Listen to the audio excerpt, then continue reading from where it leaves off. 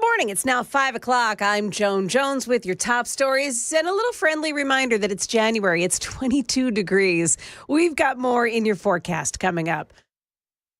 Tennessee legislators are headed into their second day of the new legislative session, and many issues are up for debate, including the school voucher program that's been favored by Governor Bill Lee. Now, this program has a lot of parents talking, and some of them spoke to Channel 4. If the public schools weren't failing the kids, and they are, in their education, I think that they wouldn't want to go to a private school. The voucher bill is not going to be an equal opportunity for all students in Tennessee. Only people who already have the means to be able to go to a private school are really going to benefit from it. Now, in the legislature, fierce debate on these topics like this won't start for a few weeks. Pete Hegseth, the first Trump cabinet nominee to face a Senate confirmation hearing, advanced his path to become Secretary of Defense with an important nod from a Republican senator. For the man President-elect Trump has chosen to lead the Pentagon and its nearly $900 billion annual budget. I will be supporting President Trump's pick for Secretary of Defense, Pete Hegseth. Senator Joni Ernst, a combat veteran, now saying she will vote to confirm Pete Hegseth as Defense Secretary. The former Fox News host and veteran defended his qualifications for the job during a contentious hearing yesterday. Hegseth casting himself as the victim of false and anonymous smears. That's ABC's Nicole D'Antonio. The families of hostages that are still being held by Hamas terrorists in Gaza are finding hope now in the news that a ceasefire and hostage release deal has been hammered out in the Middle East. Ruby Ken is the father of Ite Ken, who was kidnapped on October 7th, says families have been involved in the negotiations, and they actually traveled to Qatar last week to make the case for that deal. We got the tragic news somewhere in March. We still are not positive that that indeed is what happened, since Hamas did not give any indication. So we still have some hope that maybe things will come out differently. Yeah, his son is presumed dead, but the family is holding out hope that he survived. Market Numbers Report now brought to you by Beacon Capital Management, online at beaconcm.com. Here's Michelle Franzen. Stocks with a mixed close ahead of tomorrow's inflation report, with the Dow Jones closing 221 points up, the S&P gaining 6 points, the Nasdaq falling 43 points. Microsoft announced today they will pause on hiring in its U.S. consulting unit. These cuts come a week after the company said it would lay off some of its employees in the new year. An executive noting that careful management of costs is of the utmost importance for the company. The company behind Jack Daniel's plans to reduce its global workforce by around 12% and says it will close its hometown barrel-making plant in Louisville as the company says it's facing stiff challenges from changing consumer trends and the threat of tariffs. The CEO of the Cleveland-based steel company, Cleveland-Cliffs, said in a news conference that he wants to make a new bid to acquire U.S. Steel just weeks after President Biden blocked a buyout of U.S. Steel from Japan's Nippon Steel. Michelle Franzen, ABC News. That's the latest news. We've got traffic and weather next. I'm Joan Jones, WTN News.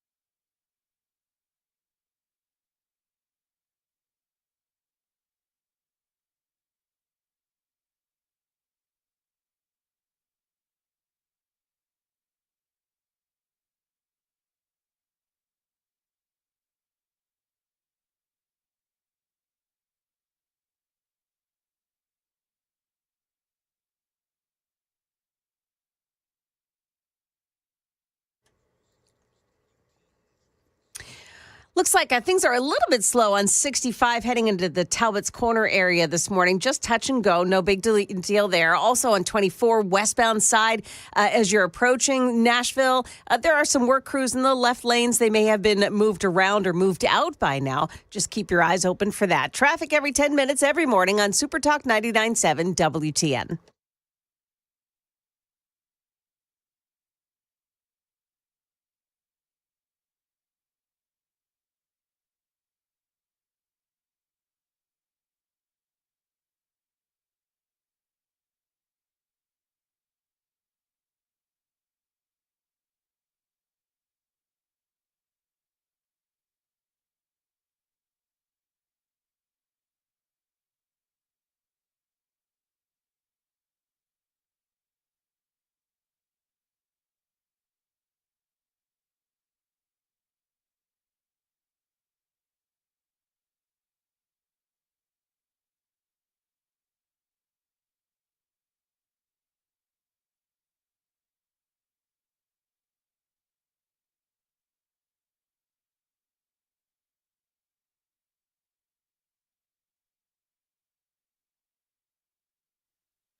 .506, Nashville's Morning News on Super Talk 89.7 WTN. Good morning to you, friends. How are you? Welcome on in to your Wednesday, January 15th. I got to tell you, Pete Hegseth was amazing yesterday. Now, I know that I'm a Trump supporter. I know that I've spoken previously about how I am a fan of Pete Hegseth. Clearly, he's not a perfect person. None of us are. But I thought that and I don't know if this is a sexist term, but the haranguing with all of these senators, you got Senator Elizabeth Warren, you've got Hirono, you've got Senator Duckworth, and I don't know who the other one is. But it was like clear what their mission was, what the Democrats' mission was that they were going to get all of their female senators, the Democrats, to go after Pete Hegseth because they see him as, you know, somebody who allegedly raped a woman, all of these other things. And so that was one of the plans for the Democrats, have the women go after Pete Hegseth. And that's clearly what they did. And he was fine. He handled it perfectly well because do you know what his preparation for this was? Dude has had bullets shot at him. And so this was like nothing. But you listen to the audio. And you listen to him as he patiently answered the questions, the haranguing from all of these female senators on the Democrat side.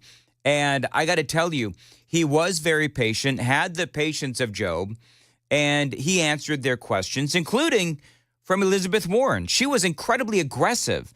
Now, she brought up, of course, his past statements about women in combat roles, and she listed several instances where he spoke about that issue. January 2013, you told a Fox News interviewer that women in the military simply couldn't measure up to men in the military, saying that allowing women to serve in combat roles would force the military to lower the bar. You picked up on that same theme in 2015, making remarks on Fox News, referring to women in combat as, quote, it would erode standards. 10 weeks ago, you appeared on the Sean Ryan show and said, I'm straight up just saying we should not have women in combat roles. So that was a few instances that Elizabeth Warren brought up. And Hegseth, he responds that he was talking about the issue of lowering standards for women in those combat roles. And the point that he has been trying to make is that the military, and particularly the Army, did lower some standards for women when it came to lifting requirements and running events. I mean, that's just a fact. That is just a part of history, and the military right now is they did lower some standards. And so that's what he's been talking about. And what he is saying is that the standards were lowered and that impacted military readiness. And so, no, we can't have women in the military in these combat roles. That's his point. But her point, Elizabeth Warren, her point is that, according to her, Hegseth suddenly changed his mind on women in the military. And then on November 9th, 2024, just 32 days after your last public comment saying that women absolutely should not be in combat, you declared that, quote, some of our greatest warriors are women, and you support having them serve in combat. Now, that is a very, very big about face in a very, very short period of time. So help me understand, Mr. Hegseth, what extraordinary event happened in that 32-day period that made you change the core values you had expressed for the preceding 12 years? Gotta love that tone. Gotta love Elizabeth Warren's tone. Hateful, nasty, vitriolic. And again, you can tell in the questioning, he's like, I don't know how many different times or how many different ways that I can say it, but it was about lowering the standards. For me, this issue has always been about standards. And unfortunately, because of some of the people that have been in political power for the last 4 years, priorities other than standards, lethality, and meritocracy. I mean, good Lord. What does he have to do? Send her the answers in smoke signals? You got a nomination from President Trump. Now, I've heard of deathbed conversions, but this is the first time I've heard of a nomination conversion. And I hope you understand that many women serving in the military right now might think that if you can convert so rapidly your long-held and aggressively pursued views in just 32 days, that 32 days after you get confirmed, maybe you'll just reverse those views and go back to the old guy who said straight up, women do not belong in combat. So a couple of things. Number one, trust me when I know. Republicans do the same thing. I mean, part of, and we're going to speak to Brian Wilson coming up in the 7 o'clock hour, 7:06, about past confirmation hearings. I've been doing talk radio and news for many, many, many years. I know how this works. Most of those Democrats, if not all of those Democrats, know that Pete Hegseth is going to be confirmed. And that's a good thing. But they have to get their licks in, because what the Democrats need to do is they want to belittle this guy as much as they possibly can and denigrate him in the public eye. They're also trying to push him to do something stupid. That's the other thing. They want this moment where they can push him to say something or do something that would cost him the nomination. But part of what she's doing here is she's accusing Hegseth of lying. But I will also say that it's a fair line of questioning, because he has said that women don't belong in the military, and that is a legit debate. And so even though I really hate her tone, I hate the belittling, it is a legit conversation to have. The standards have been lowered. And he has said in the past that women don't belong in combat positions. And they have talked about, and they have spoken about in these interviews, various interviews over the years, those lowering of standards. So asking him to clarify the stance is fine. The belittling is irritating, but he's a big boy. Pete Hegseth has faced a lot worse than Elizabeth Warren. And so I will say that the soapbox antics that we always see in these confirmation hearings from both sides, it just gets a little old. But I thought that Hegseth handled it really, really well. Ultimately, the question was asked, will you allow women in combat roles as defense secretary if you are confirmed? That answer is coming up next. It is 5:15 on Nashville's Morning News on Super Talk 99.7. Welcome on into your Wednesday, January 15th. It's cold. Let's check the roads on WTN. Looking pretty good so far. Like no delays reported on 65. Things are looking good on 24. 40 also looking fine this morning as you're traveling in. Traffic every 10 minutes every morning on Super Talk 99.7 WTN. Thank you, Joan. Weather today, a high of 39. And the weather person earlier said that it's going to be really cold at 39. I don't think 39 is all that cold. Do you Not think at all. 39 is all that cold, Joan? No. I don't think 39 is cold. But they're talking about the temperatures going down into like the low teens within the next couple of days. Yeah, no, that's cold. Yeah, Yeah, that's 39 isn't all that wicked. cold, but No, down into 39 's the. no big deal. Did you say wicked? I did. Your East Coast is coming out, Joan. It is. I'm sorry. It's going to be wicked cold. I'm not actually from that area. That's like Boston. Boston, right? Yeah, I don't know. that's a. You ever want to get Chris Hand going? Yeah. Just see if you can drag him into talking about how Biden wicked sucks and how Trump is wicked cool. you can prod him to do that. I'll see if I could do that at 8:35 when Chris joins us. All right, I'll remind you so you don't forget. Very good, because we all know that I have no memory. All right, 5:16 on Nashville's Morning News on Super Talk 99.7 WTN. So all the soapboxing going on yesterday at the confirmation hearings for Pete Hegseth, always fun because the senators are always on that soapbox, oftentimes making statements versus simply asking questions. But Hegseth, he had some great moments. He was asked, bottom line, from Joni Ernst, because, we weren't so sure about Joni Ernst. She has now come out and said that she will approve or vote to approve Pete Hegseth. She will vote to confirm Hegseth. But this is that moment where she more than likely made her decision when she asked Hegseth, will you allow women in combat roles? As Secretary of Defense, will you support women continuing to have the opportunity to serve in combat roles? Senator, first of all, thank you for your service, as we discussed extensively as well. It's my privilege. And my answer is yes, exactly the way that you caveated it. Yes, women will have access to ground combat roles, given the standards remain high, and we'll have a review to ensure the standards have not been eroded in any one of these cases. That'll be part of one of the first things we do at the Pentagon is reviewing that in a gender-neutral way, the standards, ensuring readiness and meritocracy is front and center. But absolutely, it would be the privilege of a lifetime to, if confirmed, to be the Secretary of Defense for all men and women in uniform who fight so heroic. They have so many other options. They decide to put their right hand up for our country, and it would be an honor to have a chance to lead them. Bingo. I think he's going to be confirmed. I think most people, Joan, I don't really pay much attention to analysts and all that, but from what I can tell and from what I've heard, most people are saying that Pete Hegseth is clearly going to be confirmed. Is that what you're seeing too, or no? I did. Well, and I judge by the headlines. So when I read the headlines, it's all about his path forward looks a little more clear, things like that. So yeah, there's a lot of positive talk on his side. So I think he did a really good job yesterday too. Did you play the Elizabeth Warren when he did the gotcha at the end?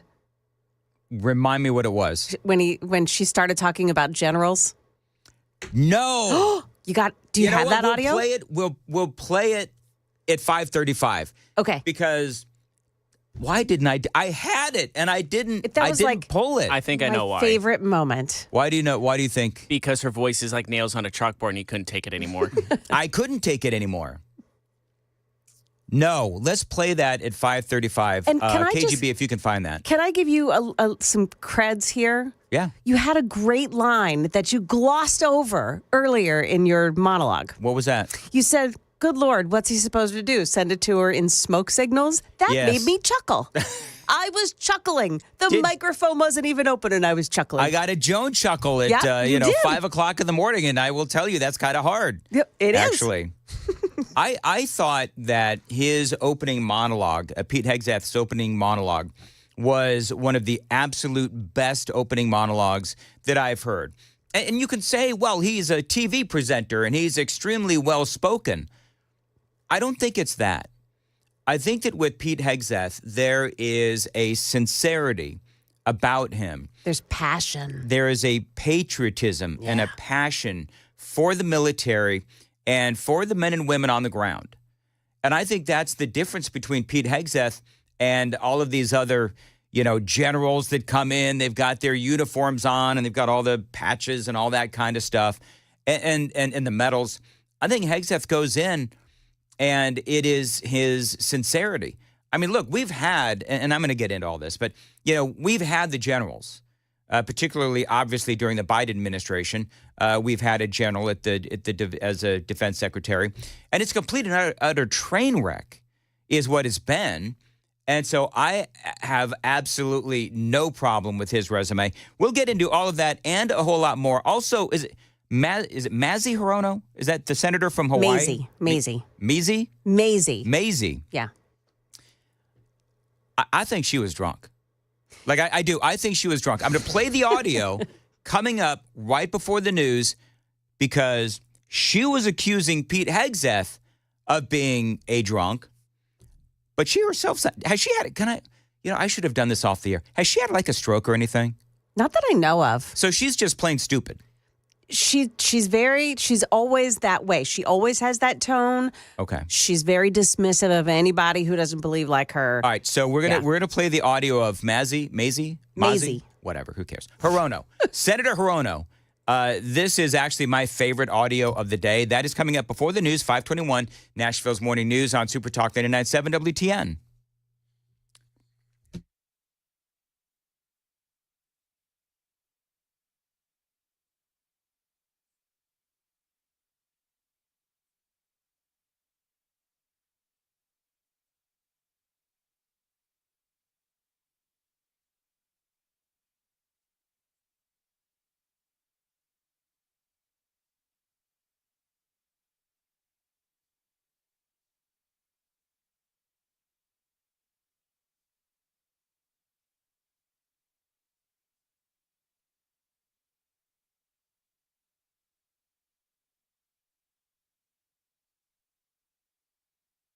The guaranteed offer is the easiest way to sell your home.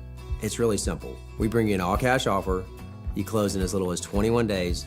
No home inspections, no lockboxes, no open houses. Go to markspain.com to get a guaranteed offer and start packing.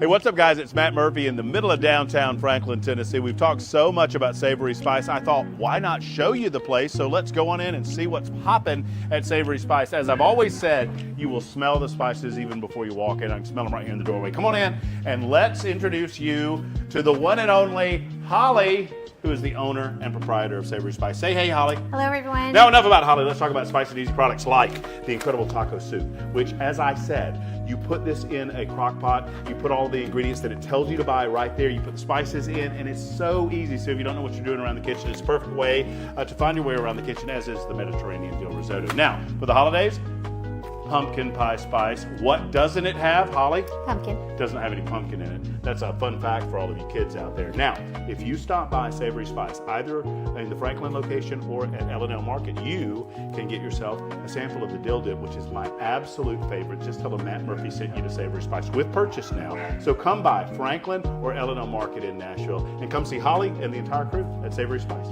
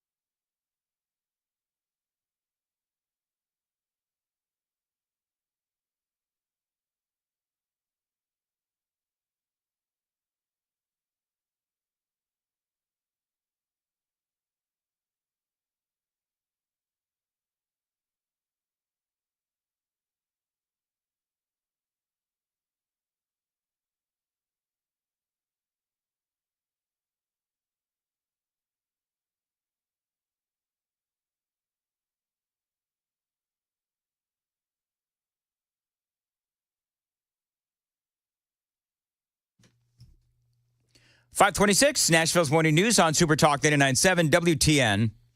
All right, so we have the my audio up. So we have the general comment that Joan was talking about.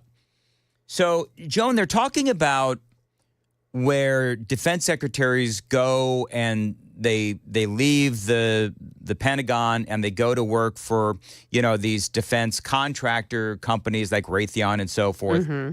And so she's trying to pin him down on what his policy would be. In other words, you're quite sure that every general who serves should not go directly into the defense industry for 10 years. You're not willing to make that same pledge? I'm not a general, Senator. And people, of course, laughing at. And you know what the funny thing is? Like, do you know how you got somebody? If you see the video, Elizabeth Warren is like holding her index finger up. Yeah. And she's like... It's still held there in the air. Yes. She's like, oh, crap. What do I say to that? Very funny. It was a good... it was a moment that helped everyone to kind of lighten up a little bit because it's... Not Elizabeth Warren. No. She charged on, as you would expect. But, yeah, everybody else had a good laugh about it. All right, so Maisie, God's sakes. Maisie Hirono. She makes me want to drink. So she asked an absolutely BS question. The rap on Hegseth is that he is a drinker with all of those anonymous sources. How many people on that committee? How many? And that's not the one. This is the one. Do you know that being drunk at work is prohibited for service members under the UCMJ? Tell me she doesn't sound drunk. Yeah, now that you say that. The drinking is prohibitive under the MSIF. Ma'am, can you walk a straight line for me, please, and recite the alphabet? If I were Pete Hegseth, I'd be like, all right, touch your nose. Say the ABCs backwards. Okay, I can't even do that when I'm sober. Right, to me be neither. fair. In fairness, I can't either. Yeah, that's hard. So this is the rest of that audio. Do you know that being drunk at work is prohibited for service members under the UCMJ? Senator, those Yes are or no? multiple false anonymous reports peddled by NBC Do you News know that run that directly drinking on the job contradictory to is the dozens of men and women at not Fox News contemplated Channel on it? who I work with I'm who not came hearing on the the answer record. to my question. Because it's a dumb question. Now he could have. I mean, he could have said, "Yeah, I know that it's it's illegal or whatever it is that she said." But the bigger point is that they're trying to make something out of these anonymous sources, and obviously for Hegseth, his answer and one of his answers was, "Find me somebody who's on the record," because all the people that are on the record have all said that I don't have a drinking problem. They've all said that I ran those two charitable organizations fine, and I was able to execute my duties at Fox News flawlessly. And people have been saying, anonymous sources have been saying that he was on the air drunk. And Hegseth had the perfect answer. Go pull the tape. Because I guarantee you that if you pulled the tape and he was drunk, he would have sounded like this. Do you know that being drunk at work is prohibited for service members under the UCMJ? But I guarantee you he didn't sound like Maisie. 5:30, Nashville's Morning News on Super Talk 99.7 WTN.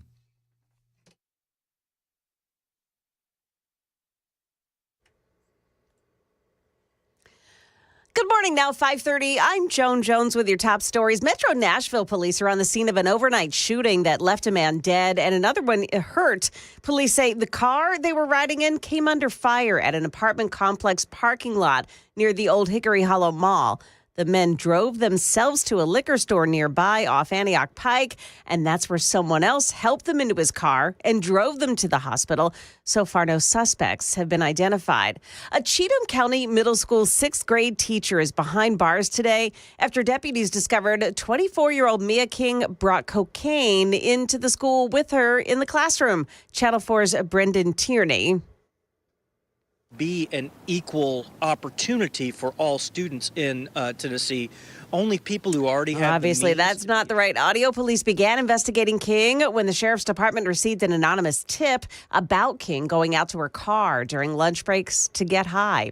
An 87-year-old woman is charged with murder and murdering his wife. And we've learned that man, John Soares, who had been an assistant police chief with Metro Nashville police in the 1960s. Soares is being held this morning in Rutherford County Jail on $700,000 bond. To Southern California now, where the winds are once again strengthening and causing fresh concerns. And there's more. New questions about when and how the Palisades fire started. 6 days earlier, a smaller fire broke out in the same area, possibly from New Year's fireworks. Crews contained those flames, but investigators are now reportedly looking into whether a flare-up ended up sparking the Palisades fire. That's ABC's Andrew Dimbert reporting. That is the latest news. We've got your traffic and weather next. I'm Joan Jones, WTN News.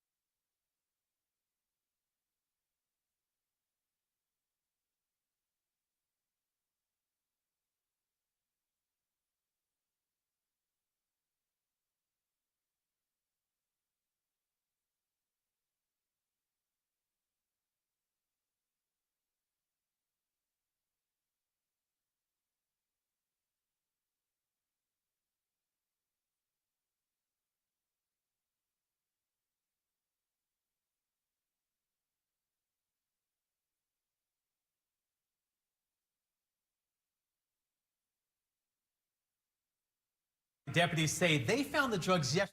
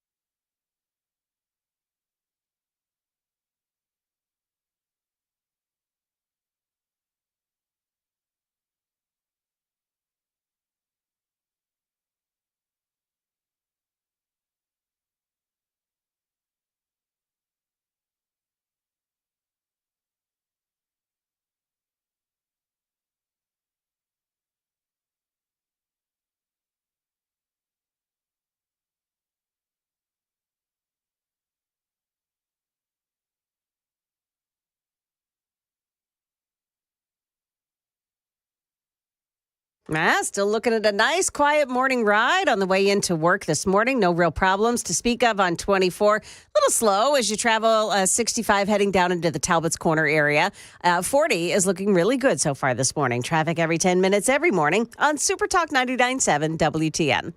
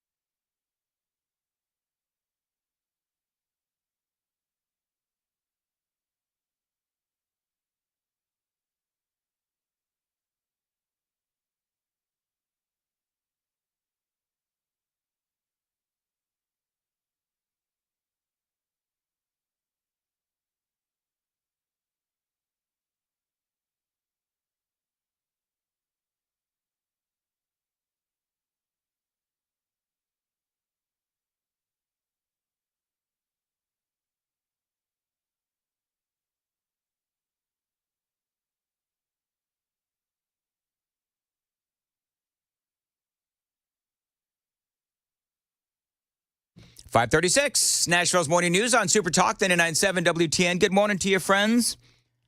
Joan Jones is here, and KGB Jeff Malinoff is here. Joan. Yes, sir. We have a brand new feature if you're watching on the video feeds. I have seen this. Which you can see it on YouTube, Facebook, Twitter, Twitch, 99.7 WTN.com. KGB has come up with a Trump countdown clock. Countdown to Trump, yes. Countdown to Trump clock. Yeah, it's in the middle of the screen right now, and like all our pictures are there, but right in the middle is Trump's countdown, which is in his inauguration. 4 days, 21 hours, 22 minutes, and 32 seconds from now. Very nice. Jeff, good for you. Kudos. Yes. I had to look up like what time his inauguration starts, but Wait a minute. What? How many days? 4 days, 21 hours. So we're just like we're just past the 5 day We mark. would say 5 days right now, but it's really 4 days and 21 hours. Wednesday, Thursday, Friday, Saturday, Sunday, Boom, Monday. Yeah. 4 day. Okay. Yeah. Whatever. But you're forgetting there's 3 hours of like the day is already. I've been drinking whatever Mazzy Hirono's been drinking. That's what it is. Yeah. You use these first 4 fingers, 1, 2, 3, and 4. And that'll get you where you need to go. I'm sitting here and I'm like, people actually probably have to be laughing at me because I'm like, wait, what? Yeah, I'm what? like, 1, 2, I 3. specifically when I was installing the clock, I was specifically put 20th of January, 11 a.m. Okay. Which sucks because I wish it started at 9, so once our show ends, the countdown would hit 0. Yeah. But well, first of all, is it 11 o'clock there or here? Because that's Eastern. It's Central. I looked it up. Yeah, I had to make sure. Chris Hand gets to have all the fun. Yeah, he gets the beginning of the inauguration. Well, they might do like a pre-game, like festivities we're and gonna stuff be before. Yeah, it's gonna be a while yeah. before he really. That broadcast is gonna be. I'm gonna have so much fun on that day. Starts at 11. He'll probably officially inaugurate it by like 3. I will be. Do you know what we won't be arguing about on the afternoon of January 20th? What's that? Crowd size. We will not. We will not be arguing. Do you remember Sean Spicer? Oh, do you remember yes. when he walked out? I remember SNL's skit of him too. I actually felt so bad, and I like Sean. Just so we're clear, I like Sean Spicer. He now has a show, on Newsmax or something? Yeah. And he comes out, and it's like his first official press conference as Trump's press secretary or whatever, and he looks all harried and haggard, and he's ill-fitting shirt and ill-fitting jacket. Yeah. Yes, and this was the most watched. I felt bad for him. Yeah. And it was so dumb. We're not going to be talking about that this time. Wait, I feel bad for him. He goes to Newsmax, but Jen Psaki gets MSNBC. Really? MSNBC is not a big MSNBC is get. not a big get. Well, no. I meant just like contract-wise and money-wise, she probably got more than he did. Like, that's what I'm talking about. Like, she got her own show on MSNBC, and he gets Newsmax. I'm sure she gets. I wonder who makes more. Jen Psaki or Sean Spicer. Sean Spicer. She's just a lion, you know what? I mean, that is all she does is lie. The only thing that separates cringe Jean-Pierre from Jen Psaki is that Jen Psaki is a better liar than cringe Jean-Pierre. Well, cringe can't put words together. No, she can't. By the way, real quick. Jen Psaki signed a $5 million contract with MSNBC. Oh, my God. $5 million annually. All right. Do we know how much Spicy's making? Looking. Spices. But I do remember, like, they paid her, and then when she had announced Trump won, she sounded like her parents just died. You know what I mean? She just goes, Trump has been elected president of the United States. It's like the guy that announced that JFK was killed. I just don't know. I don't know how MSNBC, which, I mean, nobody watches it. So how can they afford to pay Jen Psaki $5 million? They've got Joy Reid, who makes a lot of money. You've got Rachel Maddow, who also makes a lot of money. And how do they pay these people? Like, who is advertising on MSN? They must have I don't know. They must have advertisers to be able to pay. And listen, I'm not bashing Jen Psaki for getting bank for doing what she does.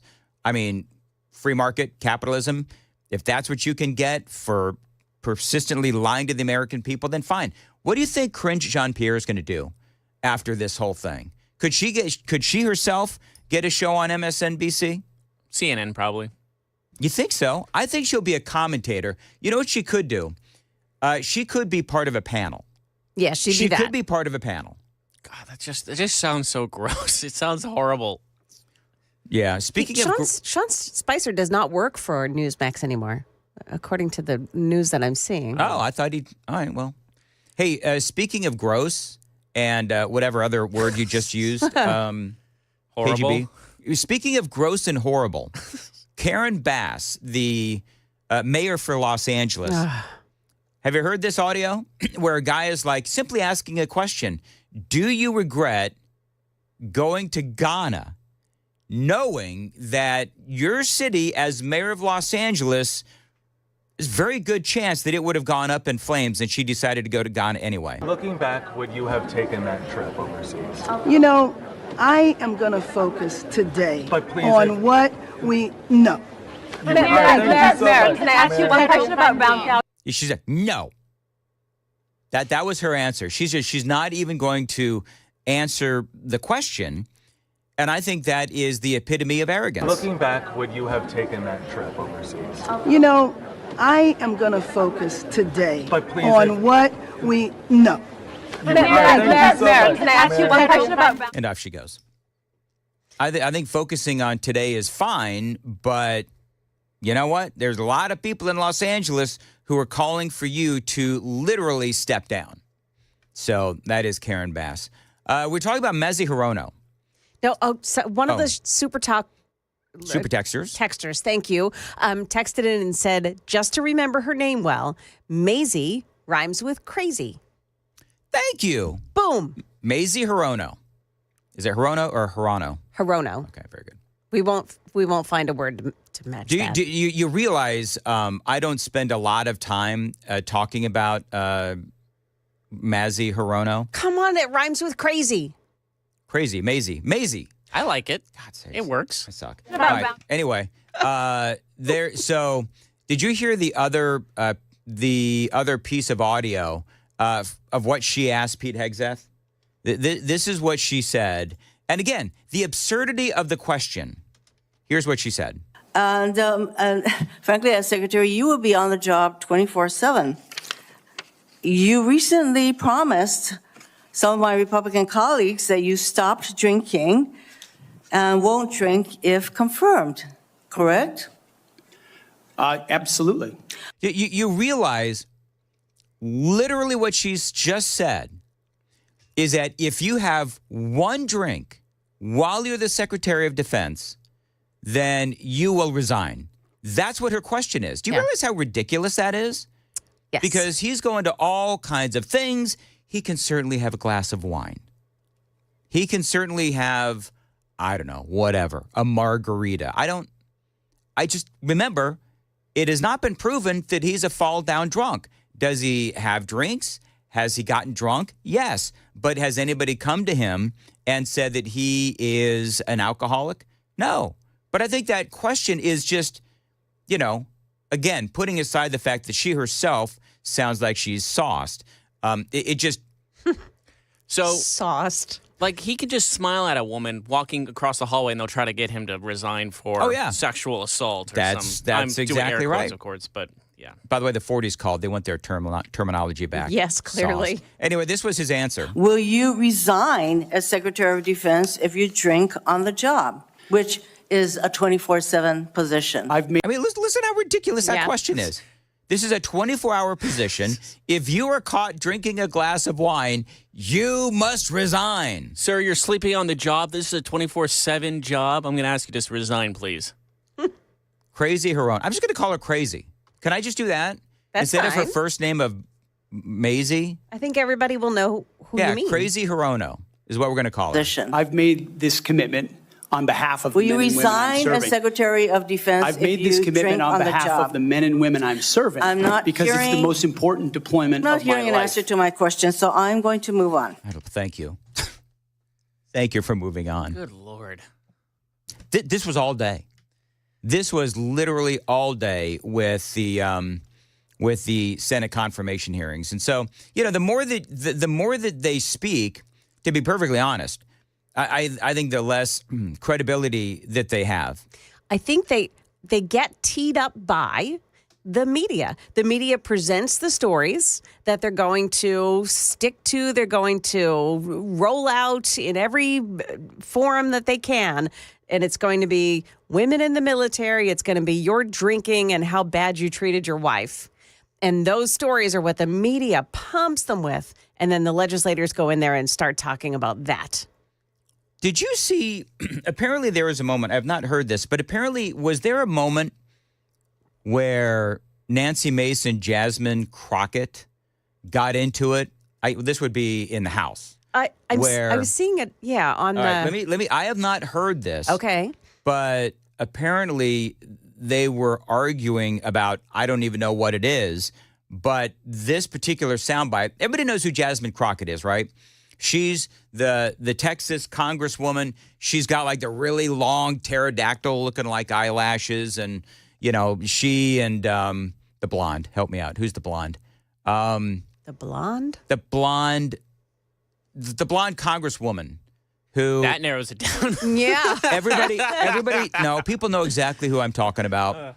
They went back and forth, Jasmine Crockett, and, she's got 3 names. Somebody help me. The crazy one. That will narrow it down. The blonde, whatever. Anyway, she's from Georgia.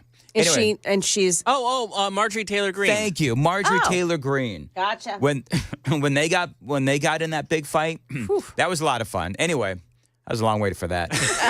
This is Jasmine Crockett and Nancy Mace. Somebody's campaign coffers really are struggling right now. So she gonna keep saying trans, trans, trans so that people will feel threatened. And child, listen, I want y'all to tell me whether or Do not... not call me a child. I am no child. I want Don't to even find start. out I am a grown which woman. of those I'm 47 years emails old. I have broken actually more have... glass ceilings than you Chairman, ever I will. am reclaiming my Let's go. time. You will not do that. Order. I am not a Chairman, child. I am not a reclaiming child. my time. If you want to take it outside, Mr. Chairman and committee. Did you hear that? Did you hear what Nancy Mace said? No. If you would listen closely. My time. You will not do that. I Order. am not a child. I am reclaiming my time. If you want to take it outside, Mr. Chairman and committee. Nancy Mace, if you take it outside. Wow. And the great thing is, Nancy Mace is wearing cross earrings. And she's like, girlfriend, if you want to take it outside, I like Nancy Mace. I don't know anything about Nancy Mace. Was she in the military? I think Nancy Mace was in the military. She's tough as nails, so... You think Nancy Mace could take with Nancy Mace military? I'm looking it up. I think Nancy Mace could take Jasmine Crockett. But Jasmine Crockett, I bet you she's got some street in her. Check this out. In 1999, she became the first woman to graduate from the Corps of Cadets program at the Citadel. I take Nancy Mace over Jasmine Crockett. Is there like you know what I would love? I would love like an AI kind of program where we could have like Nancy Mace and Jasmine Crockett. And they could like fight and see who would win. I bet you there's a program that would do that. I don't want to find new ways to use AI. And you know what? if the fight ends and Nancy Mace and Jasmine Crockett, they part as friends, they've duked it out, and maybe Nancy Mace is a little warm, maybe a little perspiring. Jasmine Crockett could just blink on her like a fan is what they could. Okay, anyway, It is 5:50 on Nashville's Morning News on Super Talk 99.7. See, KGB, that's where you're supposed to laugh at. I have to stand my ground. I have to have morals on that one. Fine. Listen, I'm not hating on her. I just don't understand the really long eyelashes. I never have. It's been a topic of conversation before. And do you wear the long eyelashes there, Joan? I do not. I did try, but I feel like they weigh down my eyes, and I don't know. Yeah, It's just not my thing. Yeah, no. You know what is your thing is doing the news. Joan, what's coming up? A tragedy after a woman's car broke down in Antioch late last night. Also, why you may want to check into who's taking care of your pharmacy benefits. Those stories at 6 o'clock on Super Talk 99.7 WTN.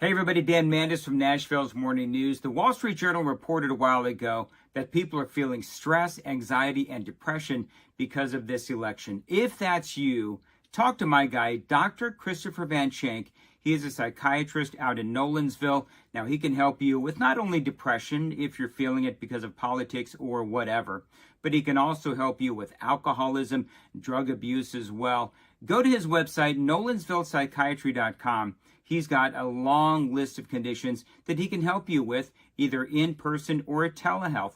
Bottom line is, he wants to make it as easy as possible for you to get the help that you need. He can help your kids as well. Check him out online. Again, nolensvillepsychiatry.com. The number's below. Thanks for listening, and good luck. 5:56, Nashville's Morning News on Super Talk 99.7 WTN. Appreciate you listening, along with Joan Jones and KGB, Jeff Malinoff. I thought this was really funny. There's a lot of people that are literally laughing at Gavin Newsom. The reason why they're laughing at Gavin Newsom is that he apparently has coined a new phrase, and I love this, because I think it's kind of funny. Gavin Newsom talking about the fires. I get it. They want to take us. I get it. I'm not naive. I get the California derangement syndrome. I've been living with that for years and years. California derangement syndrome. Now, as a guy from California and fled California, KGB did too. Here's my thing. Do you know who has California derangement syndrome? People that have lived in California and left. That's who has California derangement syndrome. Do you know what else people have? They have Newsom derangement syndrome. And the reason for that is because of his really bad running of the state of California. I'm going to play this whole thing. Have you also noticed, Joan? There's people making fun of Newsom for a number of different things, as they should. Have you noticed that his body language is just a little bizarre lately? The rocking back and forth thing? Did you see that one? The rocking back and forth, and he's sort of, I don't know what you would even call it, but, you know, his shoulders going up and down, you know, this kind of a thing. It's almost like people are saying it's almost like he's on cocaine or something. Now, I'm not saying that he's on cocaine, but what I'm saying is his body language, to me anyway, is a little bizarre. And so he's talking about this California derangement syndrome. And I do find it hysterical, because the people who have this right now are the folks that are living in California and living through these fires. I get it. They want to take us. I get it. I'm not naive. I get the California derangement syndrome. I've been living with that for years and years. New scum. You know, the same 7th grade. I remember the guy on Baltimore Avenue that called me new scum. I was in 7th grade. I can handle that. We'll leave that aside. Yeah, but you may be able to handle that, but you can't handle running a state. That's what I would say. I understand what they're trying to do. I want to work with them. It's not about me. It is about you. Actually, Gavin Newsom, it is about you. And you know, it's interesting too, when he says, and I've got a whole thing on the fires coming up, but it's not that he really wants to work with incoming President Donald Trump. I think what he's trying to do is deflect from the really poor job that he's done. Because don't forget, and if I'm Donald Trump, I'm going to be like, okay, I worked with you before when I was president in 2019 when you had fires. And what I told you then, and you completely ignored me, was you got to take care of the forests. Fire mitigation policies. You've got to work on all of these things. You got to clear the forest. You've got to get water into the reservoirs. You've got to put people over fish. That's what you need to do. And so what is Donald Trump possibly going to say if he comes out to visit with Gavin Newsom? He's going to tell him the same thing. Have you heard about this illegal? I know I told you about this. Have you heard about the illegal who is accused of setting these fires and how many priors this guy has? Oh, no, I haven't heard this story. Wait till you hear this story. It is all straight ahead. Super Talk 99.7 WTN.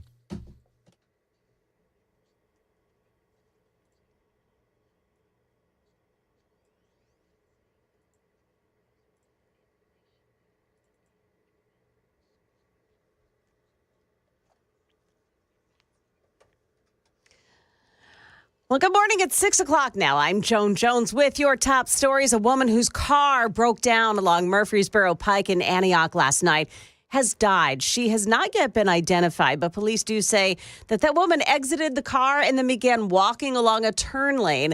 This happened about 10 o'clock last night. An approaching car slammed on its brakes to avoid her, but the car behind that one swerved to avoid crashing into the first vehicle and struck the woman instead. She died at the scene. Police are still out there investigating.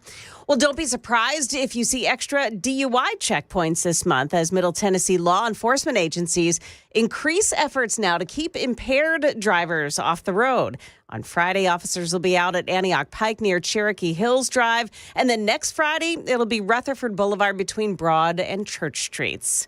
If you get your drugs through one of those pharmacy benefit managers, you may have been drastically overcharged. The Federal Trade Commission is out with a new report that says those so-called middlemen in the pharmaceutical industry profited billions of dollars by raising the prices of specialty drugs used to treat cancer, HIV, and other conditions. The report focused on the PBM's Caremark RX, owned by CVS Health, Express Scripts, owned by Cigna, and Optum RX, owned by United Healthcare.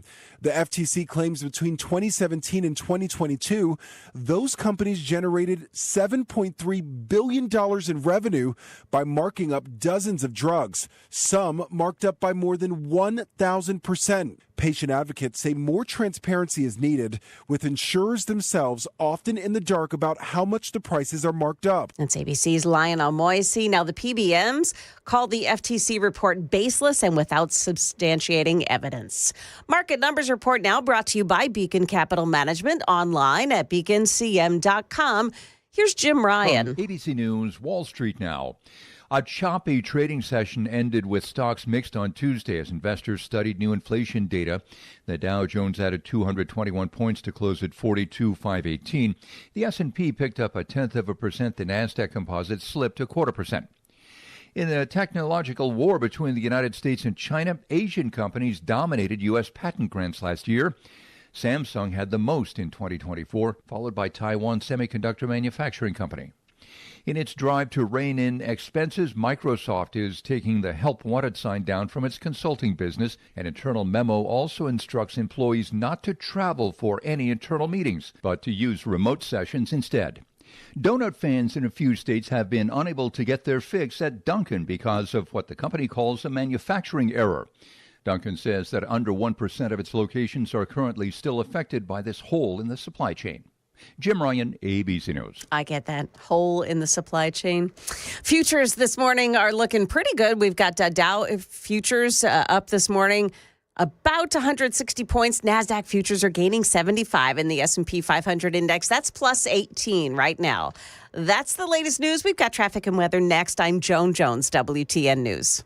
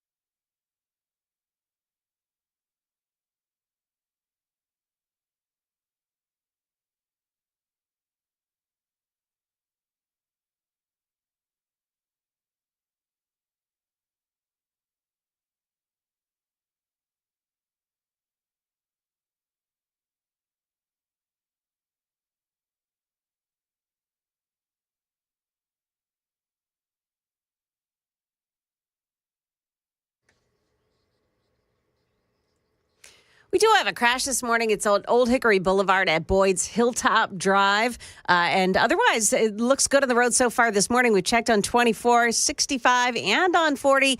Things are moving pretty well. Traffic every 10 minutes, every morning on Super Talk 99.7 WTN.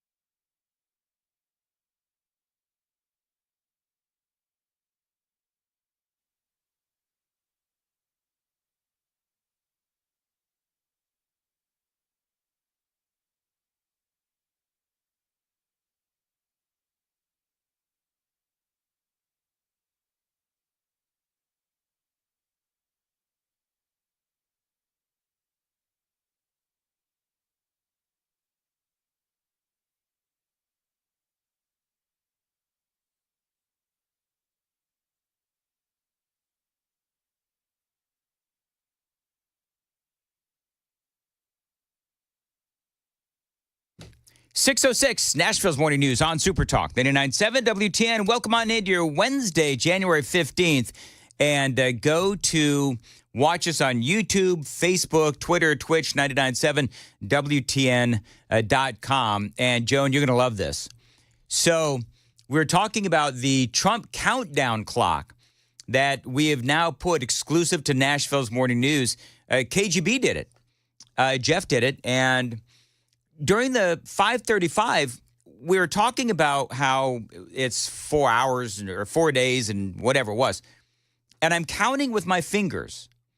And I'm like, I don't think that's right. And I'm trying to figure out what was wrong with the countdown clock because it seemed like we had longer than what Jeff had put on the Nashville's Morning News exclusive countdown clock.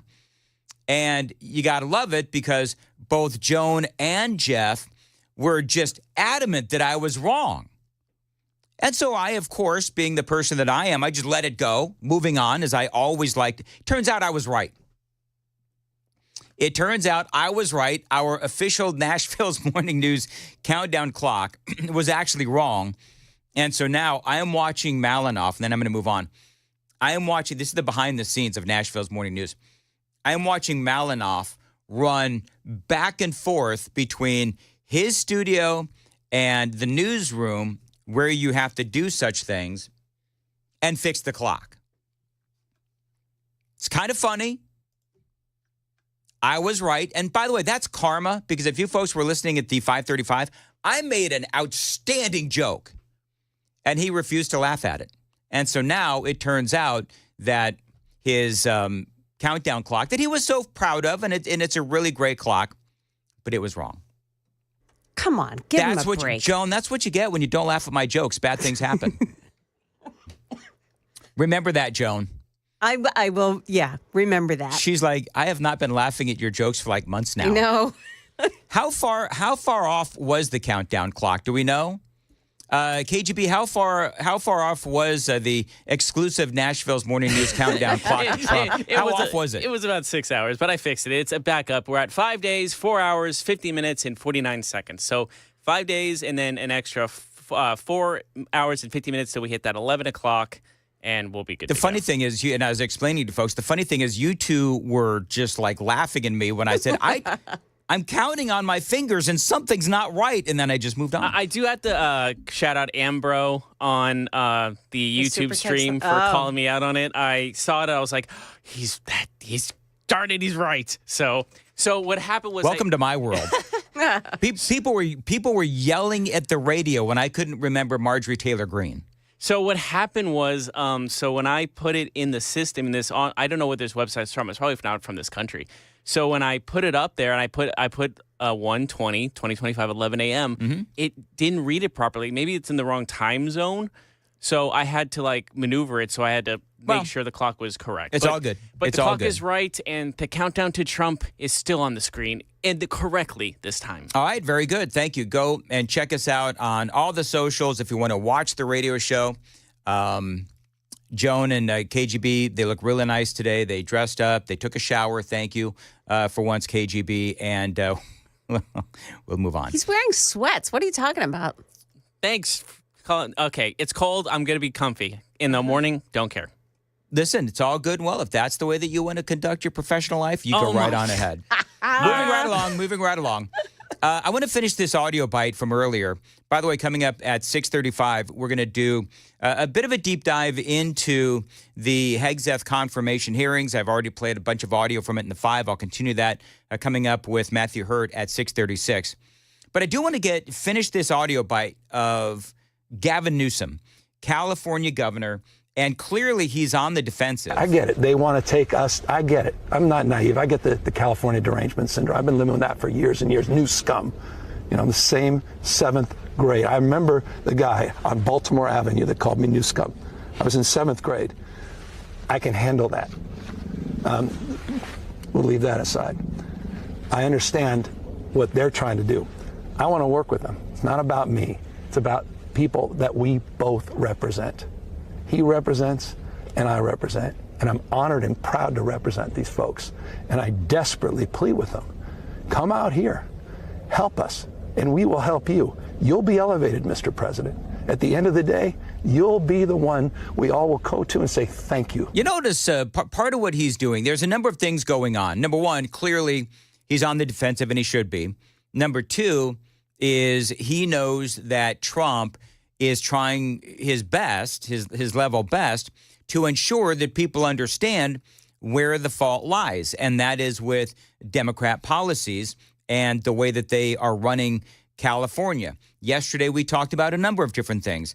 Number one, there is a shrub, in case you missed it, during the show yesterday. We found out that certain fire mitigation protocols were not done because some amateur botanist or whatever it is noticed that there was an endangered shrub where they wanted to do this. And so they stopped the fire mitigation process so that the shrub wouldn't be trampled on. And that is exactly where the fire has been going on. So that's number one. I mean, number two, we could talk about the smelt. I mean, all the things that we've been talking about. But I thought it was interesting because Newsom knows that his political career is over. And Donald Trump, again, if you want to call this politicizing a tragedy, whatever.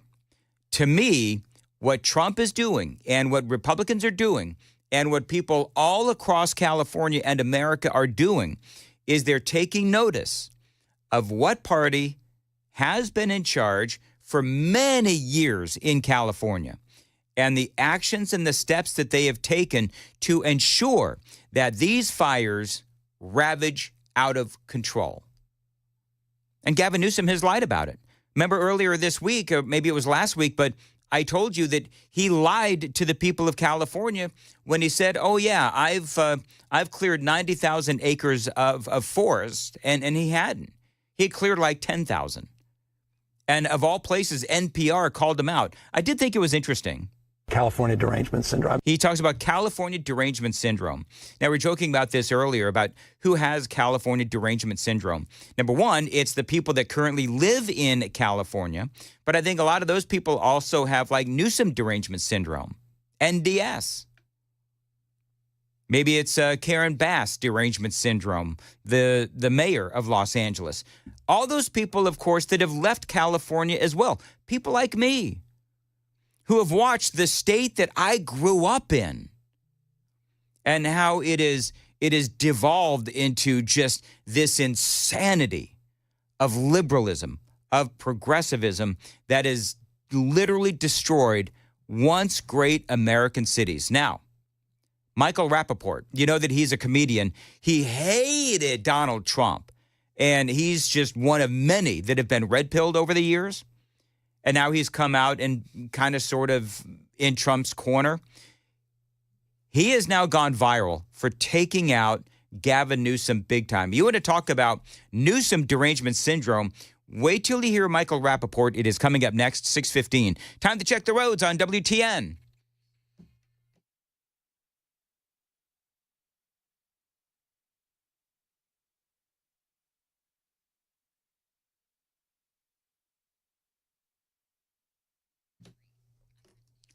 Thank you very much. Weather today, a high of 39. Right now, 20 degrees. It's going to be eventually sunny. Appreciate you listening to Nashville's Morning News on Super Talk 99.7 WTN.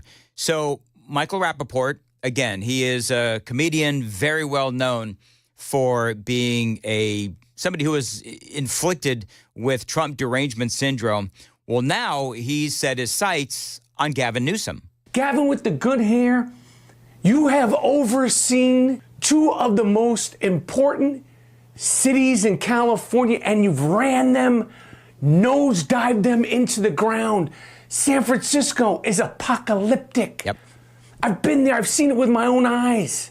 You ran that gorgeous, iconic, totally unique American city into the ground. It's a dump pot. A cesspool. I've seen it with my own eyes. Yeah, dumpster fire. That is what San Francisco is. And of course, we all know that California in general, but specifically San Francisco and Los Angeles, certainly has their fair share of problems, clearly. San Francisco and Los Angeles. You've got needles everywhere. You've got crap everywhere. Do you know what I revisited? This is what I do on the weekends. I revisited the debate between Gavin Newsom and Ron DeSantis. Do you remember that? And DeSantis literally held up the crap map. Remember that? The crap map that San Francisco had, where you had all the places where there was feces strewn across the city. That was one of my absolute favorite of all time Ron DeSantis moments. There was an app specifically for that. It wasn't just like a website. There was an app you could download to make sure you're avoiding feces on the ground in San Francisco. It's literally everywhere. That's crazy. It's everywhere. And by the way, then, of course, Xi Jinping comes to town, president of China, and they clean it up, San Francisco, I think. They cleaned it up for a day or two with not American flags, not California flags, Chinese flags everywhere. That's Gavin Newsom. And that's why people like Michael Rappaport, who hated Donald Trump, now love Donald Trump, and they can't stand Gavin Newsom. Gavin with the good hair, with the hair gel, little Nancy's nephew. Gavin with the good hair, Newsom, Nancy's nephew. We want a Trump-proof California. How about fireproofing California? You're talking about Trump this, Trump that. He's not even president. I don't give a what he said. This is on you. This is on you. You're the governor. You want a Trump-proof California, fireproof California. You're done. There you go. He's done. Michael Rappaport has spoken when he says you're done. By the way, just to add even more insult to injury, the illegal alien that was busted for carrying that blowtorch. Remember that whole thing? We talked about that last several days. So apparently he has been busted. Oh, this is just, if Michael Rappaport, if his head was exploding now, wait till he hears this news. The illegal that has been arrested carrying that blowtorch, everybody thinks that he started some of these fires. He has been busted for all kinds of crimes 17 times. 17 times over the last 8 years, this guy has been busted. Everything from vandalism to assault with a deadly weapon.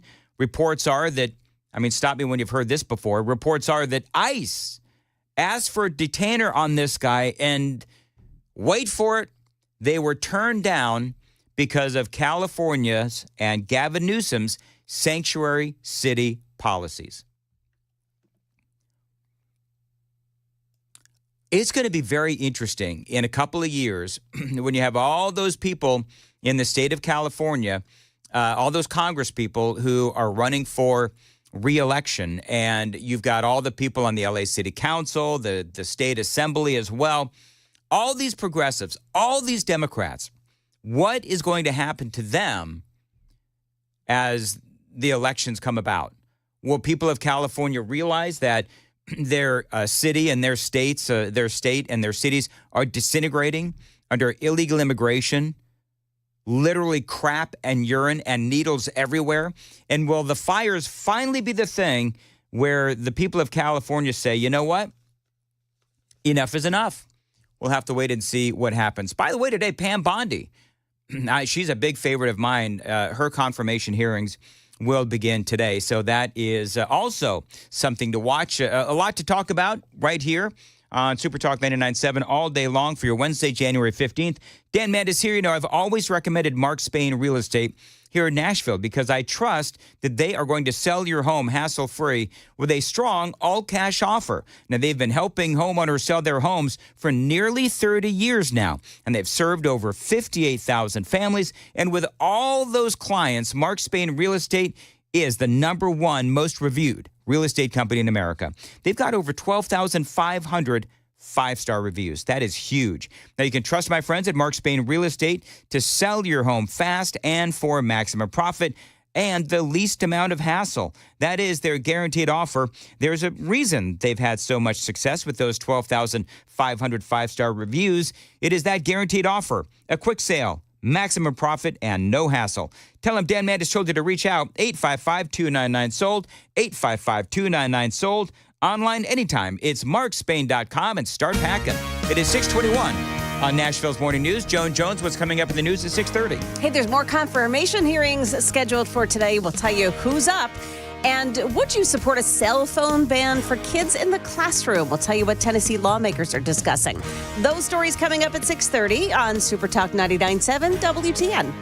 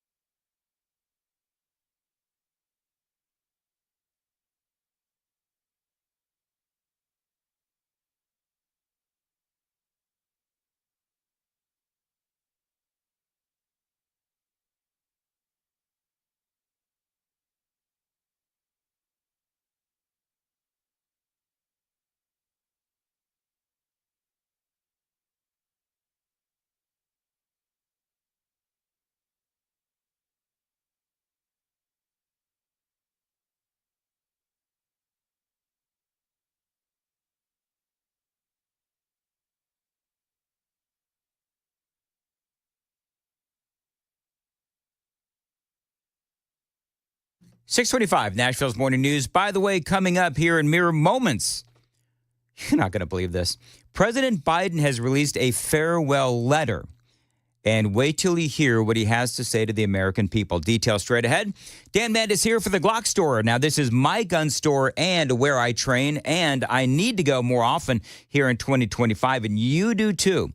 Now, you know that they've got private shooting rooms and personal instructors, not in multiple lanes, and some stranger shooting next to you. No. Now, here's an exciting 2025 new year, new deal just for you. All month long, here in January, you can book a shooting session at shoot270.com, and when you mention my name, you get to shoot a full-auto H&K suppressed MP5. This is an amazing, incredible gun, and you've got to check it out. Just for mentioning my name, you get to shoot it for free. That is a $50 value, but it really is an experience you're not going to forget. So go to shoot270.com, sign up for some training, mention my name, you get to shoot that full auto H&K suppressed MP5. This is my gun store for all things 2A. The incredible, incomparable shoot270.com, only in Nashville and only at my place to train. The Glock store, minutes from the airport and worth the drive from anywhere, shoot270.com.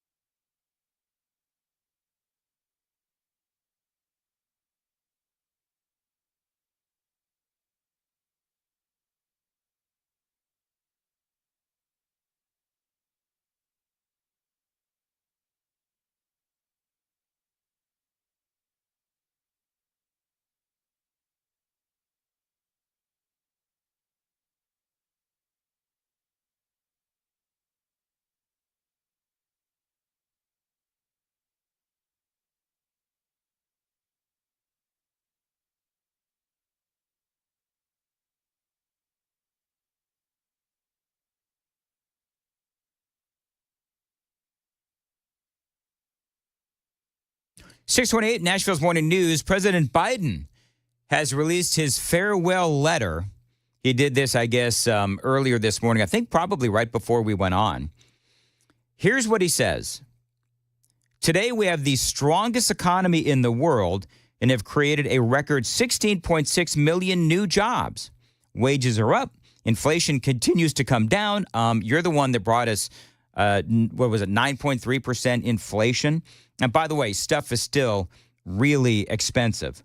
He talks about in the letter that 4 years ago, we were in the grip of the worst pandemic in a century, the worst economic crisis since the Great Depression, and the worst attack on our economy since the Civil War. Isn't it incredible how they keep saying this and they're just completely ignoring 9/11? I mean, that is just, when they keep saying that, it drives me nuts. But he says we came together as Americans. Do you know why we came together as Americans? Because we were unified in hating you. That's how we came together as Americans. He says we braved through it. We emerged stronger.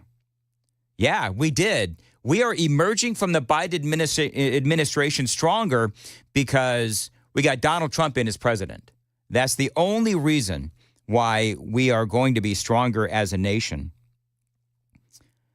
Incredibly, he also says that we are safer as a nation. We are more secure as a nation. The gaslighting continues up until the very last week. It is 6:30 on WTN.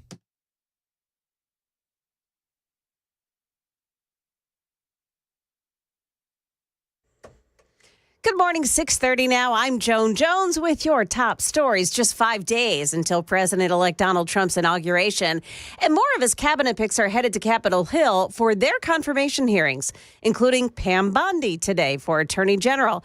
and Florida Senator Marco Rubio as Secretary of State. Now, their testimony follows that of Pete Hegseth yesterday. The veteran and former Fox News host defending his qualifications to lead the world's most powerful fighting force and whether his management experience is sufficient. We will reestablish trust in our military, addressing the recruiting crisis, the retention crisis, and readiness crisis in our ranks. But he repeatedly deflected on questions from Democrats over allegations of sexual assault, excessive drinking, and his previous views of not wanting women in combat. Instead, casting himself as the victim of false and anonymous smears. That's ABC's Nicole D'Antonio. Now, the other hearings today are for former National Intelligence Director John Ratcliffe. He has been nominated for CIA Director. Russell Vought for Office of Management and Budget, and former Congressman Sean Duffy for Transportation Secretary. Also, oil executive Chris Wright has been nominated for Energy Secretary. Well, Tennessee legislators got to work for the first day of their new legislative session yesterday. Some issues that they're talking about, including eliminating the grocery tax. That now stands at 4%. They're also considering a ban for cell phones in the classroom. But some parents don't think that's a good idea. They spoke to News 2. If my child was in school, I would want him to have his phone so he could call me if something happened. I stay in text communication with them. And I know as a parent, that's important to me. Lawmakers say phones are a clear distraction in the classroom. This bill would force school boards to create a cell phone ban for a policy there. Lawmakers are also considering an expansion of the school voucher program. Market numbers now brought to you by Beacon Capital Management, online at beaconcm.com. Dow futures plus 178 right now. We've got NASDAQ futures up 82 and the S&P futures are plus 21. That's the latest news. Traffic and weather next. I'm Joan Jones, WTN News. Thank you, Joan. 632 Nashville's Morning News. By the way, Matthew Hurt will be joining us here in just a few moments. Going to talk about Pete Hegseth's confirmation hearing and a whole lot more. Looking ahead as we make our way into 2025 and beyond, what big events do you have planned? Whether it's a big corporate event, maybe a family reunion, maybe a wedding at your home, maybe a big old birthday party. Whatever big event you have at your home, again, maybe a corporate event as well. My friends at Nashville Tent and Awning, they can help you with an incredible enclosure that can be installed anywhere. Now, Nashville Tent and Awning, they've been around since 1884. These folks are a Nashville institution, and they've worked with the likes of the Titans, Vanderbilt, and the Grand Ole Opry. They are one of the top companies in Nashville. So think about your backyard. You can actually extend your living space with a backyard enclosure so that you can enjoy your backyard year-round, even here in the wintertime. If you have an event for work coming up, they can help you out as well with a tent or enclosure. And by the way, they've got awnings for any style of building that's going to improve the look and feel of your home or office. Get some visuals. Check out their website. NTACO, as like N and then the word taco, NTACO.com. Call them, tell them Dan told you to reach out, 615-329-3701, 615-329-3701. Solid craftsmanship, built to last since 1884, Nashville Tent and Awning.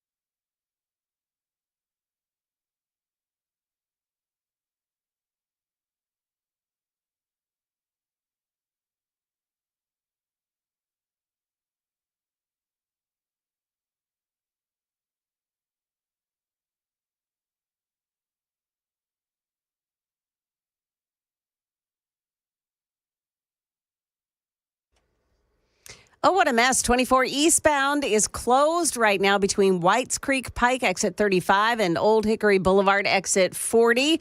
Looks like a crash in that area. We'll keep an eye on that. Also, a crash at Old Hickory Boulevard at Boyd's Hilltop Drive in Madison. Traffic every 10 minutes every morning on Super Talk 99.7 WTN.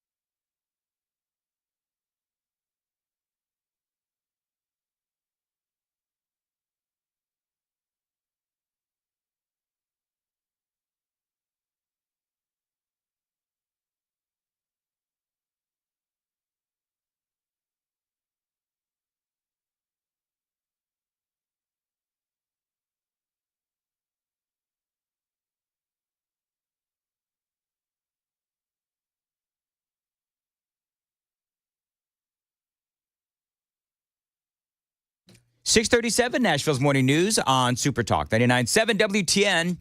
Welcome on in to your Wednesday, January 15th. Hope you're doing well. What an incredible performance from Pete Hegseth. Even CNN is saying that he seems to be on the glide path to confirmation. Incredible job from Pete Hegseth yesterday. The Department of Defense under Donald Trump will achieve peace through strength. And in pursuing these America First national security goals will remain patriotically apolitical and stridently constitutional. Unlike the current administration, politics should play no part in military matters. We are not Republicans. We are not Democrats. We are American warriors. And Matthew Hurt, I know, is one of millions of conservatives that no doubt was watching or have now watched the confirmation hearings of Pete Hegseth. And Matthew, I thought he did a really good job. And to be perfectly candid, I thought that the Democrats and, particularly the women, they look like they were attacking. And I think that was their plan because he's got this reputation as a womanizer for good reason. But I think that was their plan. Let's get Elizabeth Warren and Tammy Duckworth and Crazy Hirono to attack Pete Hegseth. Well, Dan, this is absolutely right. Pete did a pretty good job. This is one of the most contentious confirmation hearings that I've seen, and you and I have talked about some of these details as we've led up to this week. The Republicans have a 14 to 13 seat breakdown on this committee. So it's very likely that he'll move through to the floor of the U.S. Senate. But I don't believe, given the questions and the juxtaposition with the Democratic senators yesterday, that Pete is going to pick up a single Democrat vote from this committee. But he did. He handled these questions. He knew they were coming and showed some grace there and definitely channeled, the things that we as conservatives believe, forgiveness and giving someone a second chance. I thought he did a pretty good job. Let me ask you this. Do you believe, today we've got Pam Bondi, we've got Marco Rubio, Secretary of State and AG, respectively. And so do you believe that any Democrats will vote for Pam Bondi? I think Rubio could pick up some votes from the Democrats. At this point, we are so divided, Democrats and Republicans, that outside of John Fetterman, I don't know of anybody who would vote for a Donald Trump nominee. Well, Elon Musk has signaled that he would fund and support primary challengers to Republicans. I think you're looking at the same thing on the Democratic side. If you've got a Democrat U.S. Senator in any state, they're going to pick up a further left primary opponent for supporting a Donald Trump nominee this go-around. And I think this is what we're looking at, the hyper-partisan nature of these hearings, certainly, but then of the electorate in that regard. The ranking member of the committee that Pete Hegseth was before yesterday said that the Democrat said that he had voted for all 9 previous Secretary of Defense nominees and was not inclined to vote for Pete Hegseth. And I think that's what we're seeing, Dan. We're seeing the partisan fight in the Senate, and that any one of these Democrats who votes for a Trump nominee, even somebody like Tulsi Gabbard, who was a Democrat in the past, they're going to pick up a further left primary challenger. You know, it's amazing. So I was talking about this before we went to the last break. Biden has now, this was breaking news this morning, he has put out this letter, headline, President Biden releases farewell letter, says it's been the privilege of his life to serve this nation. I think the American people definitely don't feel privileged that he was the president for 4 years. But what's interesting is that in this letter, he says things that are just demonstrably untrue. He says that, they came up with 26 million jobs and how we are safer and more secure as a nation than we were 4 years ago. He's talking about how when he ran for president, he believed that the soul of the nation was at stake. Remember all of that BS that is literally based on a lie. And he says that the same thing is true now. I mean, honestly, who the hell is he trying to kid here? Well, Joe Biden is trying to establish a legacy. We've seen headlines over the last few weeks of President Biden engaging with reporters and historians, attempting to solidify his legacy. And what we're going to learn and what the American people, I think, will reflect on looking back at a Joe Biden presidency is that this was a gentleman who, in the sunset years of his life, wanted to serve one last time and failed miserably. There are no redeeming aspects of this presidential administration, regardless of how hard they tried to spin the post-pandemic, economic boom, which we saw constantly revised downward every month in the jobs report, inflation at an all-time high. And this is, he's attempting to drive a narrative, and it's just not going to connect with the American people. It's interesting, though, because the Democrats are still playing this game, even though they themselves have now admitted that Biden was a train wreck. I think that for the Democrat Party, I think it's going to take them a long time to recover. Coming up, because I got to check the traffic, but coming up, I'm going to ask you this question. No doubt you see what's going on in California. So we have clear examples of the threat of progressive rule. We know what's happened with Joe Biden. We now know what's happened in California with the fires and all of the things that they could have done to mitigate the threat of fire, but they didn't do because they were listening to the screaming, insane environmentalists that are out there in California. And so what I'm going to ask you coming up is, number one, do you actually see a point in time where California could actually end up going back to red and the people of California will vote Republican? Because there are clear examples that their rule actually harms the people of that state. So I'm going to ask you that coming up. It is 6:45. Time to check the roads on WTN.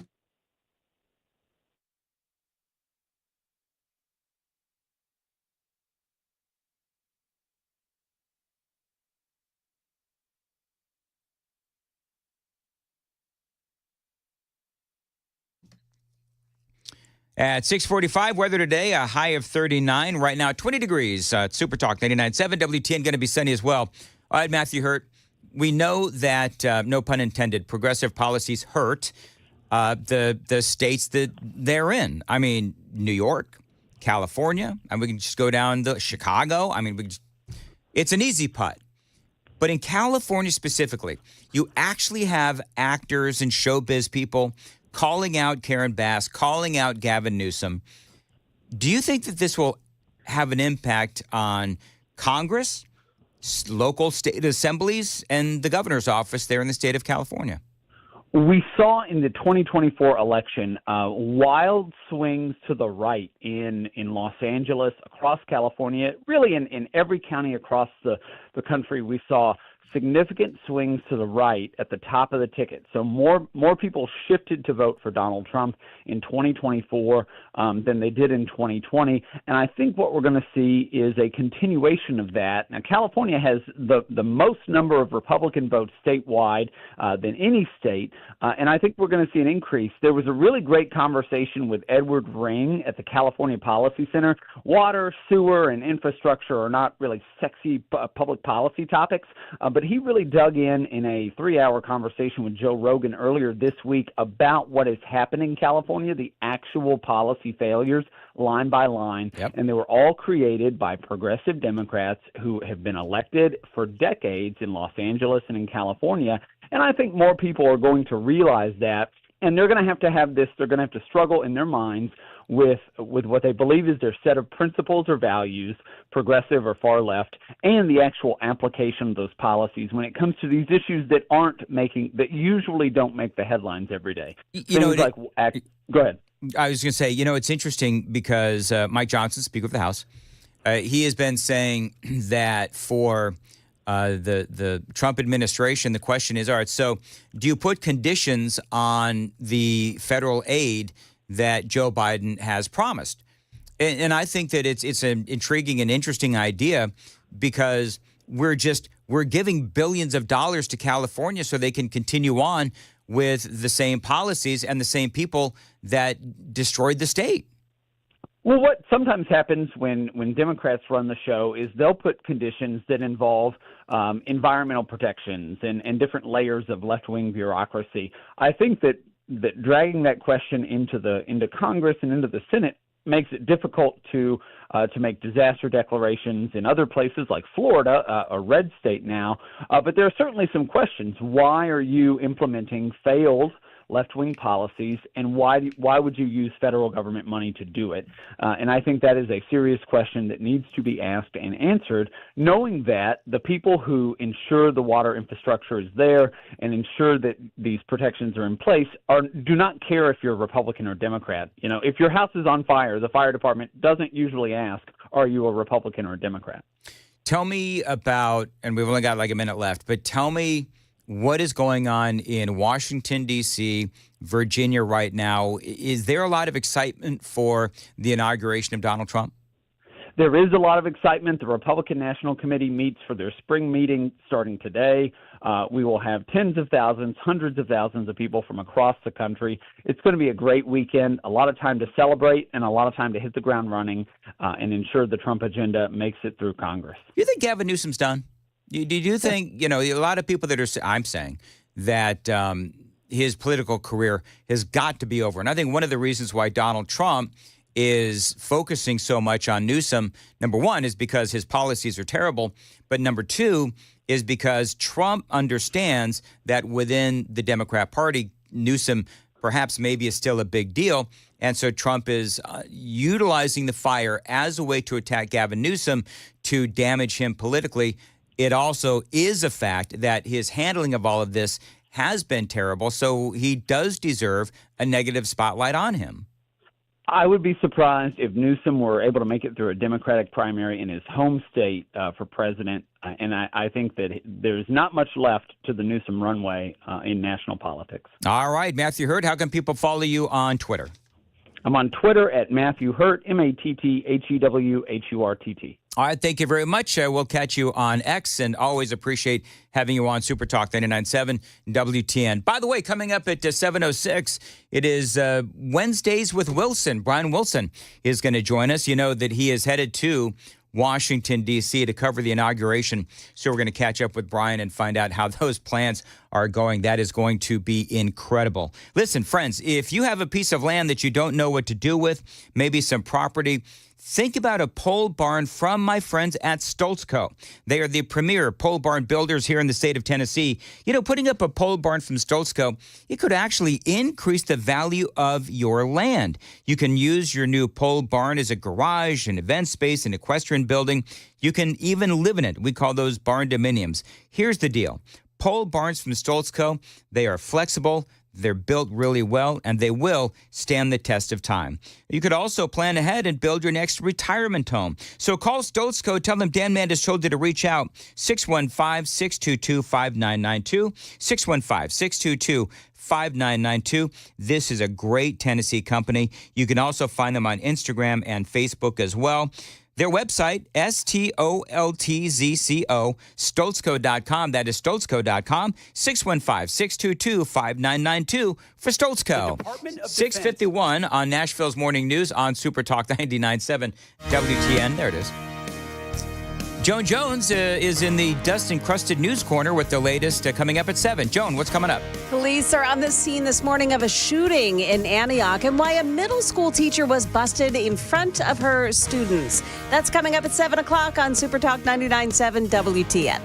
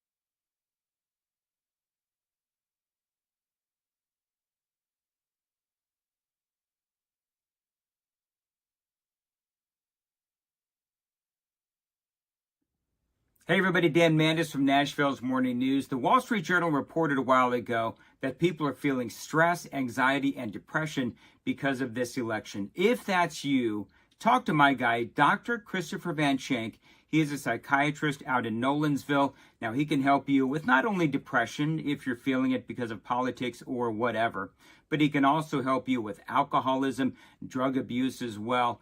Go to his website, nolensvillepsychiatry.com. He's got a long list of conditions that he can help you with, either in person or at telehealth. Bottom line is, he wants to make it as easy as possible for you to get the help that you need. He can help your kids as well. Check him out online. Again, nolensvillepsychiatry.com. The number's below. Thanks for listening, and good luck.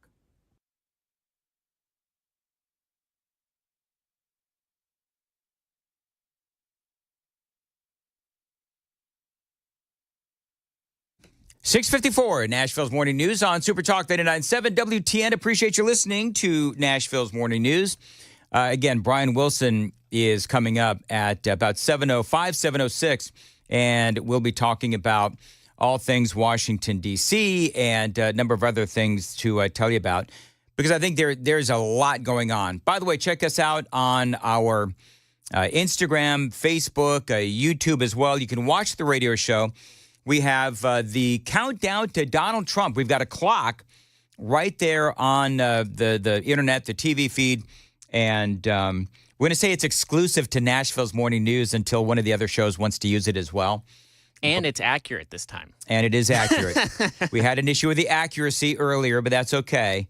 It is accurate now. By the way, one of the things that I thought was really interesting about Pete Hegseth and the whole conversation regarding his tattoo, right? The Jerusalem cross. Now, many on the left have been focused on, of course, his tattoos because that's really important. They're the left and they're silly, but it did come up. Those tattoos are, again, symbols that are used by white Christian nationalists. Those who have adopted these crusader images really see themselves as at war with those trying to take down American Christianity and Western civilization at large. That means members of the LGBTQ community. That means trans people. That means those who don't see themselves as part of a Christian society. So he's got that massive cross on his that massive tattoo. Basically, it's over his heart. And they do call it the Jerusalem cross. And you've got the left, and they're so silly. They're screaming that this is some sort of a white nationalist tattoo or a symbol or whatever. Hegseth was clearly ready for that question. What is this very offensive, extremist, racist tattoo that you have? Yeah, and the topic of the tattoo over his chest, it is massive. It is incredible. And it was also on the program for Jimmy Carter's funeral. Right on the front page. It's a tattoo I have right here, Senator. It's called the Jerusalem Cross. It's a historic Christian symbol. In fact, interestingly, recently I attended briefly the memorial ceremony of former President Jimmy Carter. On the floor of our National Cathedral, on the front page of his program, was the very same Jerusalem cross. It is a Christian religious symbol. I mean, so they're telling you all this time, they've been telling you, oh, that's a symbol of extremism. It's a symbol of hate. Well, there are probably a lot of extremists in that church that day. All this garbage that they continue to spew, Joan. But, you know, obviously it's not. I feel like they're grasping at straws at this point with Pete Hegseth. But remember, for the left, all they have is hateful talking points. That's all they have. And it's almost like they know that the Jerusalem cross, they know that that's not a hateful symbol. They know that. They're using it for Jimmy Carter's memorial program, apparently. So they obviously know this.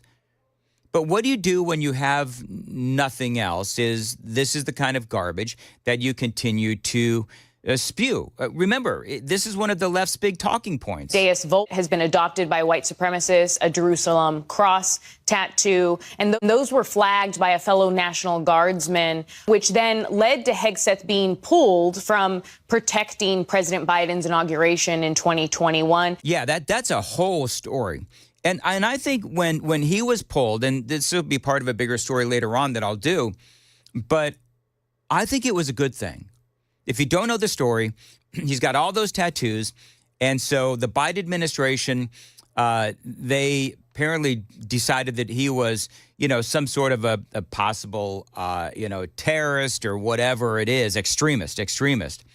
And so they pulled him out of the security detail for Biden's inauguration. I think for Pete Hegseth, I think it's a good thing that happened. And here's why. I know it's a bizarre thing to say, but it's a good thing that happened. And the reason why I think it is a good thing is because, to me, it gives him that perspective of being a victim under Joe Biden. It gives him the perspective of what not to do as defense secretary. Because that whole thing where they were trying to root out extremism, they spent millions of dollars trying to root out extremism in the military. That they didn't find really anything. But they pulled Pete Hegseth out of Biden's inauguration. And for that, Hegseth has that perspective. And I think that's a good perspective to have. 7 o'clock on Super Talk, 99.7 WTN.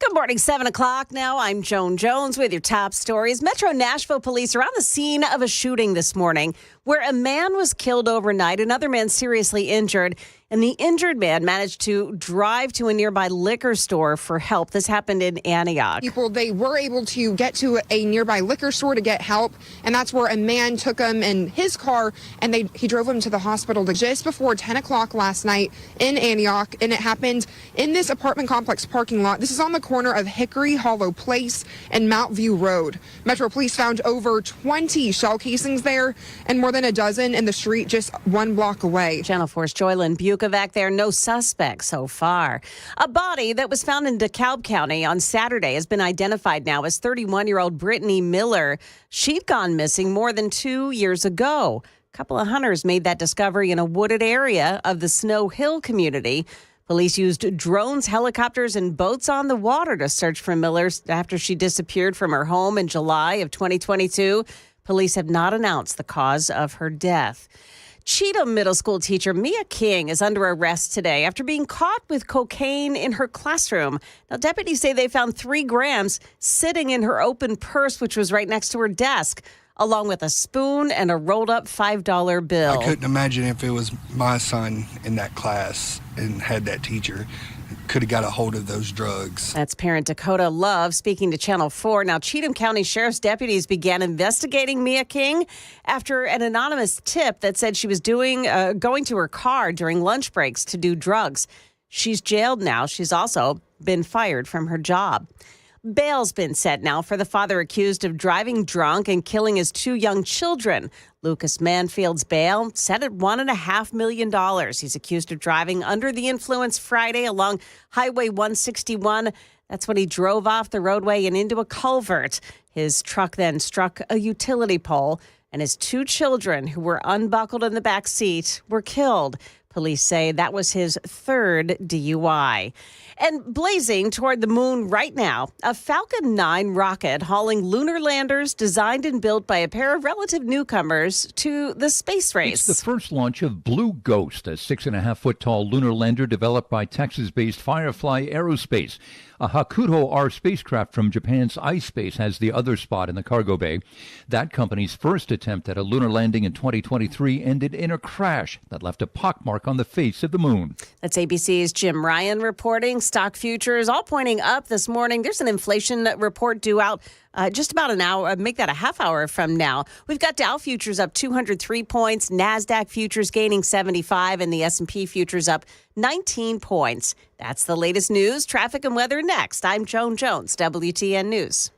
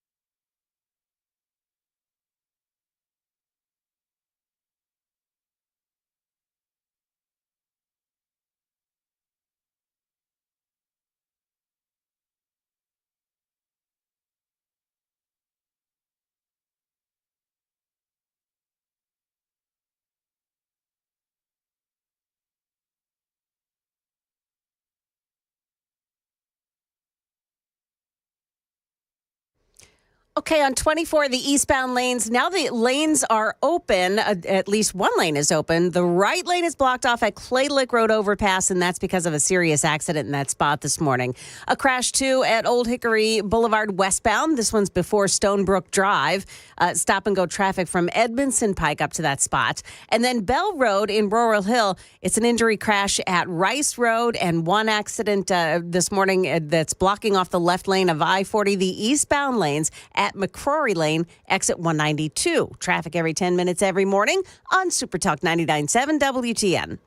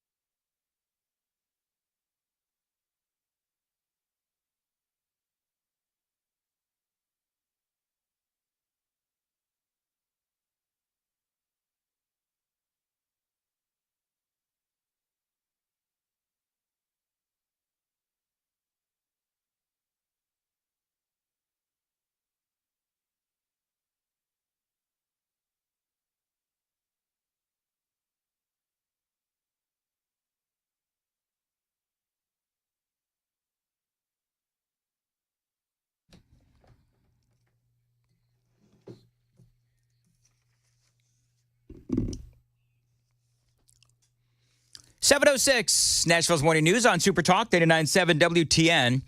Want to welcome on into the program your Farb, your radio bunny, Brian Wilson. Hey, Dan, how's it going, man? I think I accidentally called you your radio bunny. I meant buddy. Buddy.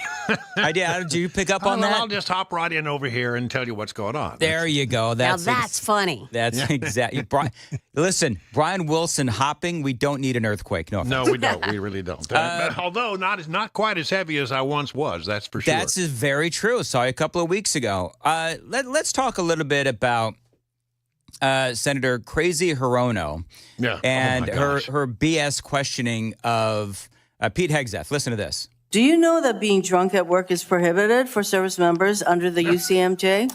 She sounds drunk, Brian. Did you know if it's wrong to be drunk at work? Well, right. We were talking about this earlier. And here's the thing, is that yesterday there were basically several lines of attack. And at least to me, none legit. Let me play the rest of this audio. Senator, those yes are or no? multiple false anonymous reports peddled by NBC Do you News know that run directly contradictory to the dozens of men and women at Fox News Channel who I work with I'm not who came hearing on the the answer record. to my question. You know, it seems to me, Brian, like he handled those respectfully yet aggressively. He had just the right tone. I mean, first of all, he's a great communicator, and it's very clear. But he really knocked it out of the park. I mean, this was a contentious hearing. The Democrats were loaded for bear. They were coming after him. And he just knocked it out of the park. He was able to shut down people like Kristen Gillibrand and Miss Elizabeth Warren. Elizabeth Warren and just completely. He was in control the whole time, and he looked reasonable. And he had reasonable answers. And look, I expect that he's going to be confirmed pretty easily. I don't know what Susan Collins or Murkowski's going to do, but the big sign that everything was looking pretty good for him yesterday was when Joni Ernst, Republican senator from Iowa, put out a statement saying basically that she would support the nomination, having had a chance to question him there in the room. And that was the one that a lot of people were looking at. And if she's on board, it's hard to imagine that there are going to be many other Republicans who have problems with that nomination. So I think he's in.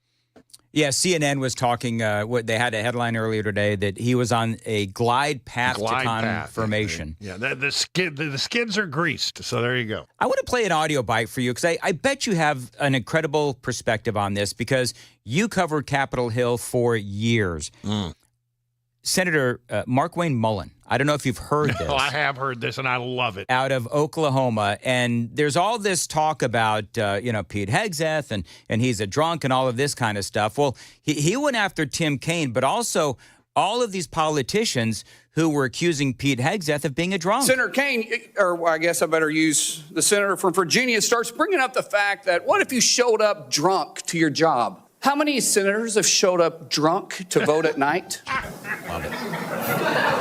Have any of you guys asked them to step down and resign from their job? And don't tell me you haven't seen it, because I know you have. And then how many senators do you know have got a divorce before cheating on their wives? Did you ask them to step down? No, but it's for show. You guys make sure you make a big show and point out the hypocrisy because the man's made a mistake. And you want to sit there and say that he's not qualified? Give me a joke. I mean, it is so ridiculous that you guys hold yourself as this higher standard and you forget you got a big plank in your eye. We've all made mistakes. I've made mistakes. And Jennifer, thank you for loving him through that mistake. Because the only reason why I'm here and not in prison is because my wife loved me too. There you go. So, I mean, love it on a number of different aspects. Number one is he is calling out the Democrats on their clear hypocrisy. I mean, how many of these folks believe that Bill Clinton is a political god, right? That's right. Well, I mean, Tim Kaine came at him on that kind of stuff yesterday, and I got to tell you, I had not seen Tim Kaine in a while. You know, this is a person who ran with the Hillary Clinton as a running mate. So this is somebody that is known to us. He looked like, I hate to say this, but he looked like somebody you'd find laying in a back alley over by the, some back alley in Washington, D.C. He looked horrible. He looked like disheveled Danny, didn't he? Did you think, am I right or wrong about that, John? I have been in his presence a number of times, and he's never looked like that. He looked like, somebody who shouldn't be casting stones about heavy drinking. Listen, he has probably been drinking since Trump won. I think a lot of Democrats are drinking pretty heavily. In the Senate, they have these things called hideaways. And most of them are on the fourth floor of the actual Capitol building on the Senate side. And I have been invited from time to time up to one of the hideaways where senators. It's the place that they go. Staff can't get to them there when they're hanging out between votes, and they know they're going to be going back and forth and doing a bunch of votes and a big vote-a-rama. They hang out in these hideouts, and there have been more than a few occasions where people have come down from the hideouts, and not perhaps in the best state of clear thinking. In other words, they sit up there and they drink and they play cards, and I know this to be true. Some of them, maybe don't have anybody watching them that closely, and I bet they've come down many occasions a little sauced. Now, did the Democrats and Republicans drink and smoke cigars and play cards together? Or there was a time and a place where that was true. I mean, when I first started covering the place way back in the 80s, I know, a long time ago, and you would beat each other's brains out on the floor, but there was not uncommon to raise a glass at the end of the day. For some reason, that's feeling of well, we're all in this together. Many people thought it was a little clubby. I always thought that it was helpful to have people on the other side that you could talk to. It made compromise from time to time possible, and compromise, it seems to be something that is a dirty word in Washington of these days. Well, the other thing that I would find interesting about that is that a safe space? Like, can you actually just speak freely, and then it's going to come back and bite you in the butt because they're going to go public with whatever you may have said after a few drinks? Yeah, it is generally considered a safe, non-political space for them.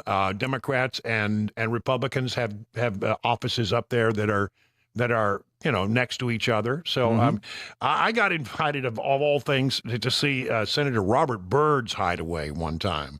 And he said, "Yeah, come on up." And so I went up. He said, "Wow, let me tell you, swank." And Really? Most people don't know anything about these hideaways, but they are swank. Our tax dollars hard at work, clearly. Yeah. 7:15. Okay, so Brian, got a lot of other things I want to talk to you about. Got to check the roads real quickly on WTN.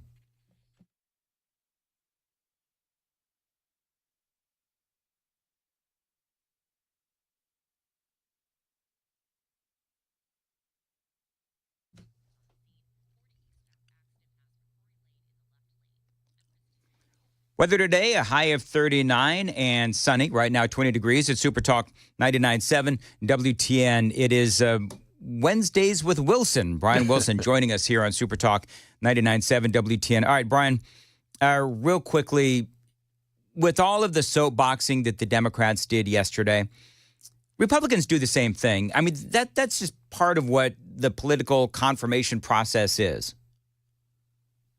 Yeah, I agree with you on that. I mean, I've covered so many confirmation battles over the years as they go. I mean, I covered Bork, for goodness sakes. And as these things go, this was not the harshest of hearings that I have ever attended. And it's pretty predictable that the Democrats are going to be against most of these nominees. They have not learned a thing from the past election, not a thing, because they keep doing the same things over and over and over. They haven't it hasn't sunk in with them yet that they how badly they did with the American people, and that the American people are ready for a change. Well, isn't that the definition of insanity, Brian? Doing the same thing over and over again? Over and over. Well, that's absolutely right. We can say the same thing about their policies. I'm really looking forward to getting back up there for a few days. As you know, I'm packing out right now to go to the inauguration, and we'll be providing coverage from Washington, D.C. Starting Friday. I'll be there on Monday on your show to kick things off, and on every show throughout the day as we watch the second inauguration. And it's going to be interesting. Security is going to be about as tight as I think as you can possibly be. Nobody's going to take any chances after things that have happened in the past. No, you're right, and they shouldn't. I don't know if you saw this, Brian, but Joe Biden has come out with his farewell letter this morning. Yeah. And we all get treated to a farewell speech tonight, right? Yeah, right. And, you know, the farewell letter, if the farewell letter is any indication of what the speech is going to be like, it's just more gaslighting. And one of the things I couldn't believe that he said is America's more secure now than it was 4 years ago. Do they think that we're dumb? He is completely delusional at this point, and I count staff as being responsible for this, because it's become very clear that as we are hearing more and more stories about the White House and how it has functioned under a dysfunctional president. And what we have learned is that they were keeping a lot of things from him. Even when he was running for re-election, when he was the candidate, they weren't telling him the truth. They would just tell him whatever they thought he wanted to hear. And he still believes in all of the things. I mean, he steadfastly believes it.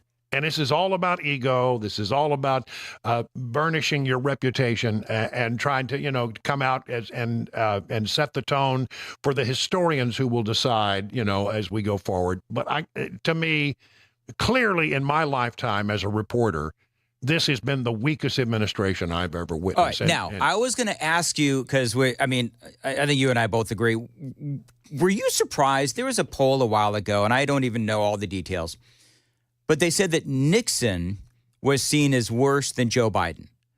Now, that is well before my political awareness. Obviously, I know mine about too, actually. Okay, so, but it does seem to me that just from yes, there was Watergate. But when you look at the amount of illegal aliens that have come into our country, the amount of possible terrorists that have come into our country, the disastrous foreign policy, I was just a little surprised by that, because what's happened these days with Biden has just been terrible. All right, very quickly, I've only got like 60 seconds left. Gavin Newsom. Oh, God. California, what a mess. What a mess. It's a mess of their own making to some degree, and it's sad that the elected officials there made such bad decisions that they weren't able to have the tools, the people, the water that they needed to fight these fires. But I got to just say, in looking at these pictures, I've seen some bad things in my day. Going to natural disasters and hurricanes and tornadoes and earthquakes. And I've seen a lot of bad stuff. I have never seen anything like the images that are coming out of California. It is shocking. It is horrific. Now, yes or no? Is Gavin Newsom done politically? I think so. All right. 7:20, Nashville's Morning News. Brian, always great to have you on. Looking forward to hearing you live from the swamp in Washington, D.C. next week. That's going to be an epic broadcast. And as always, thanks for joining us on WTN. 7:20, Dan Mandis here. Friends, you know that January can be a time to clean, purge, and actually become healthier. Zero Res can help you do just that. They offer you a healthier way to clean your home. And using Zero Res means that they use cleaning agents that leave your carpet cleaner and healthier than those other carpet cleaning companies. Now, you know that when they use their special technology, ZR Water, they leave no soap, no residue, and no harsh chemicals. So they're going to come in, they're going to clean, they're going to sanitize your surfaces without the use of detergents or those harsh chemicals, which means that, yes, your carpet does stay cleaner longer, unlike those other carpet cleaning companies. I have been a customer of Zero Res for years now. Right now, they've got a great deal going on. 3 rooms of carpets cleaned for just $99. And you can celebrate the new year with 25% off of upholstery cleaning. So be healthy, stay healthy in 2025 with Zero Res. Restrictions may apply. 615-535-9376. Book online, zeroresnashville.com. 721, Joan Jones has the news at 7:30. Joan. Antioch, the scene of another deadly shooting overnight. Also, President Biden bids farewell to the nation tonight. We'll have those stories at 7:30 on Super Talk 99.7 WTN.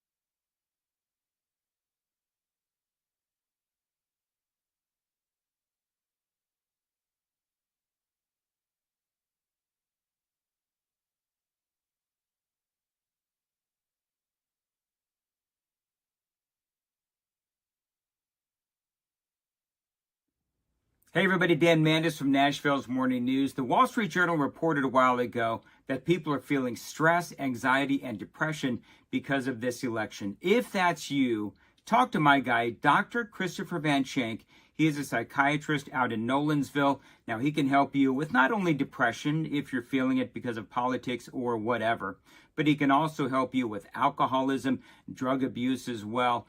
Go to his website, nolensvillepsychiatry.com. He's got a long list of conditions that he can help you with, either in person or telehealth. Bottom line is, he wants to make it as easy as possible for you to get the help that you need. He can help your kids as well. Check him out online. Again, nolensvillepsychiatry.com. The number's below. Thanks for listening, and good luck.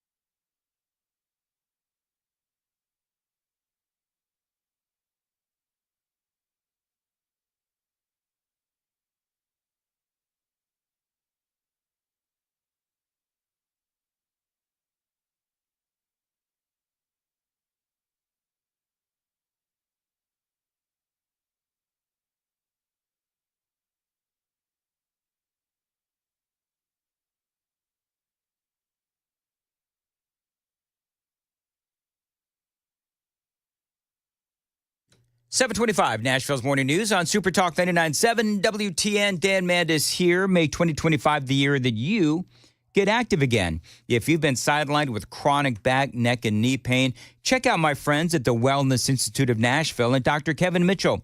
I've been a client for over 10 years. I have never felt better. And right now, he's got a great deal for you. The Wellness Institute of Nashville is offering the Big 47 offer in honor of our 47th President of the United States, Donald Trump, of course. 47% off spinal decompression. Now, they utilize the latest high-tech equipment in their state-of-the-art facility to provide effective, non-surgical solutions. That's important, non-surgical. Dr. Mitchell and Dr. Ashley, they're committed to helping you overcome back and knee pain. So call today, 615-246-5009. You can always find them online, painisbad.com, to take advantage of the Big 47 offer, 47% off non-surgical spinal decompression. And I'm Dan Mandis. I put my seal of approval on that deal.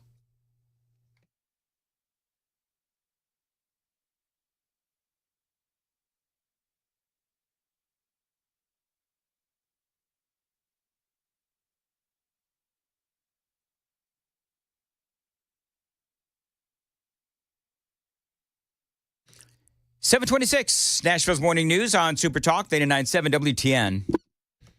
Dan Mandis here. Hope you are doing well. Hey, is Joan back there? I shouldn't do this, but hey, Joan. Yes, sir. So a teacher was arrested for cocaine? Yes. Cheatham Middle School teacher, Mia, I'll have to get her last name. You know, I was thinking, I said to KGB, if I was a middle school teacher, I would probably have to be on some cocaine too. Okay. Am I supposed to laugh at well, that? They have to go through a whole lot. I'm trying to picture you on cocaine. That's what I'm trying to like. You know, Amy actually asked me one time if I was on cocaine. She was watching the TV feed. And I was, oh gosh. Should I do this? Yeah, of course you should. You started it. You have opened it. So I had an issue. So just so you know, I hate the cameras. I never look at the cameras, but I know that they're there. There was one day where, now this happens to everybody, so don't be too mean. I could feel like I had a nose hair. and it was like tick. Does this ever happen to you, Joan or KGB? No way. All right, that never happened. I'm gonna go ahead. I gotta be on his side here. I know exactly what he means. So I'm like, I could feel like I had a nose hair or something, and I know that the cameras are there, and I'm trying to figure out a way to deal with this nose hair because I'm monologuing. And so Amy was looking at the camera, and I'm doing all of these like hand gestures, and I'm constantly touching my face and this whole thing. And she's like, she sends me a text and she's like, have you been taking cocaine today? I said, no, I forgot to pack my cocaine. What the heck are you talking about? I love she says taking cocaine. Well, she probably said snort. Well, Amy's far hipper than I am. She would have been snorting cocaine. Right. She would have said it. But I told her the conundrum that I had with these darn cameras. That like there's something going on and something was tickling under my nose. And so sure enough, I went to the bathroom and I had to do it the big pluck, you know what I mean? But it was fine after that. You plucked it here? Well, yeah, what else was I going to do? I was mid-show and I had to take care of it. Just unsanitary. Like with your fingers?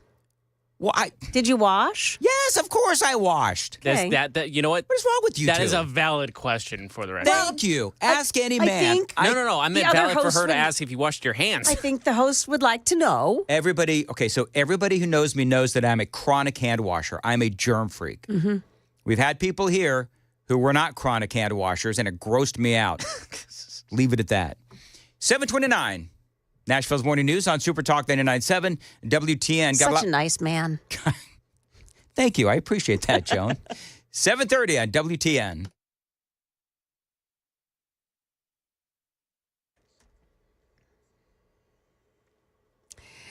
7:30 now. I'm Joan Jones with your top stories. Metro Nashville police are on the scene of an overnight shooting that left a man dead and another one hurt. Police are saying that the car they were riding in came under fire at an apartment complex parking lot near the Old Hickory Hollow Mall. The men drove themselves to a liquor store off Antioch Pike. That's where someone else helped them into his car and drove them to a hospital.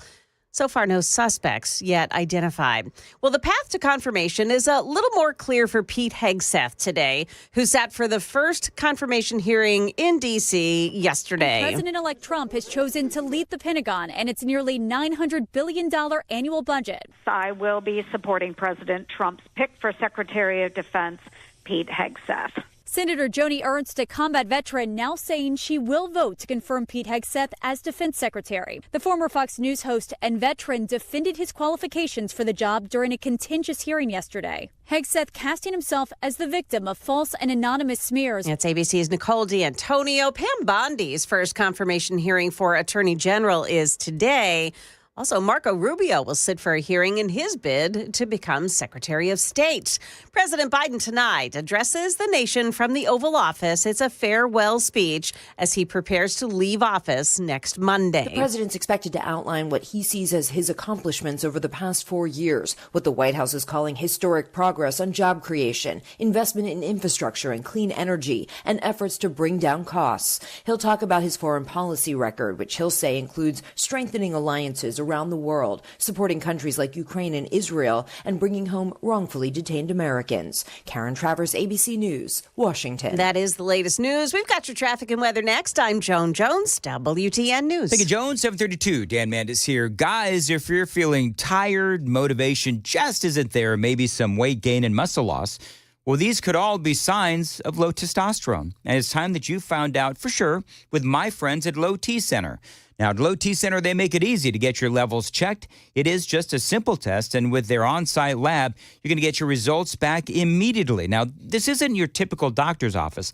They simply specialize in treating low T with testosterone replacement therapy, or TRT, for each individual patient. They've been helping patients for over a decade, and their treatment plans are optimized for each patient, personalized just for you. There's nothing standard about Low T Center. Everything is customized for you. By the way, big deal for current patients. Low T Center offering you a $150 referral credit for each new patient that you refer. Gotta love my friends at the Low T Center. And at Low T Center, you also get your health evaluated for treatment with prescription GLP-1 weight loss medications. So get back to your best. Go to lowtcenter.com and book your appointment today. Tell them Dan told you to reach out. That's lowtcenter.com. Low T Center, reinventing men's healthcare.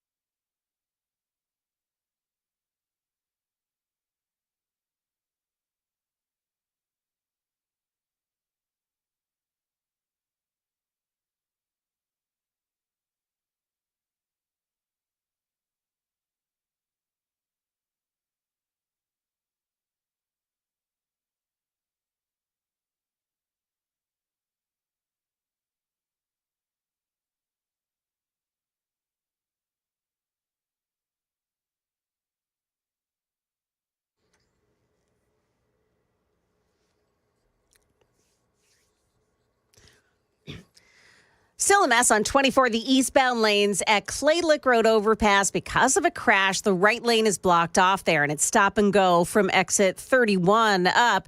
And looks like somebody wasn't paying attention, because as that traffic was slowing down near exit 35, there was another secondary crash in that backup. So that's causing a delay as well. If you're traveling on Old Hickory Boulevard, the westbound lanes before Stonebrook Drive, there's a crash involving injuries there. That's in Brentwood. Also, Bell Road in Laurel Hill, an injury crash at Rice Road. And another one this morning on the 40 eastbound lanes past McCrory Lane, exit 192. The left shoulder is blocked off.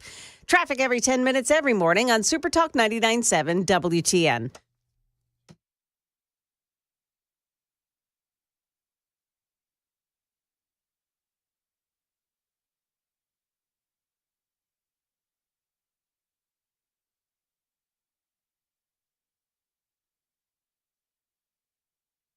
(7:36) Nashville's Morning News on Super Talk. Weather today, a high of 39, low of 19. Sunny as well right now, 20 degrees at Super Talk 99.7.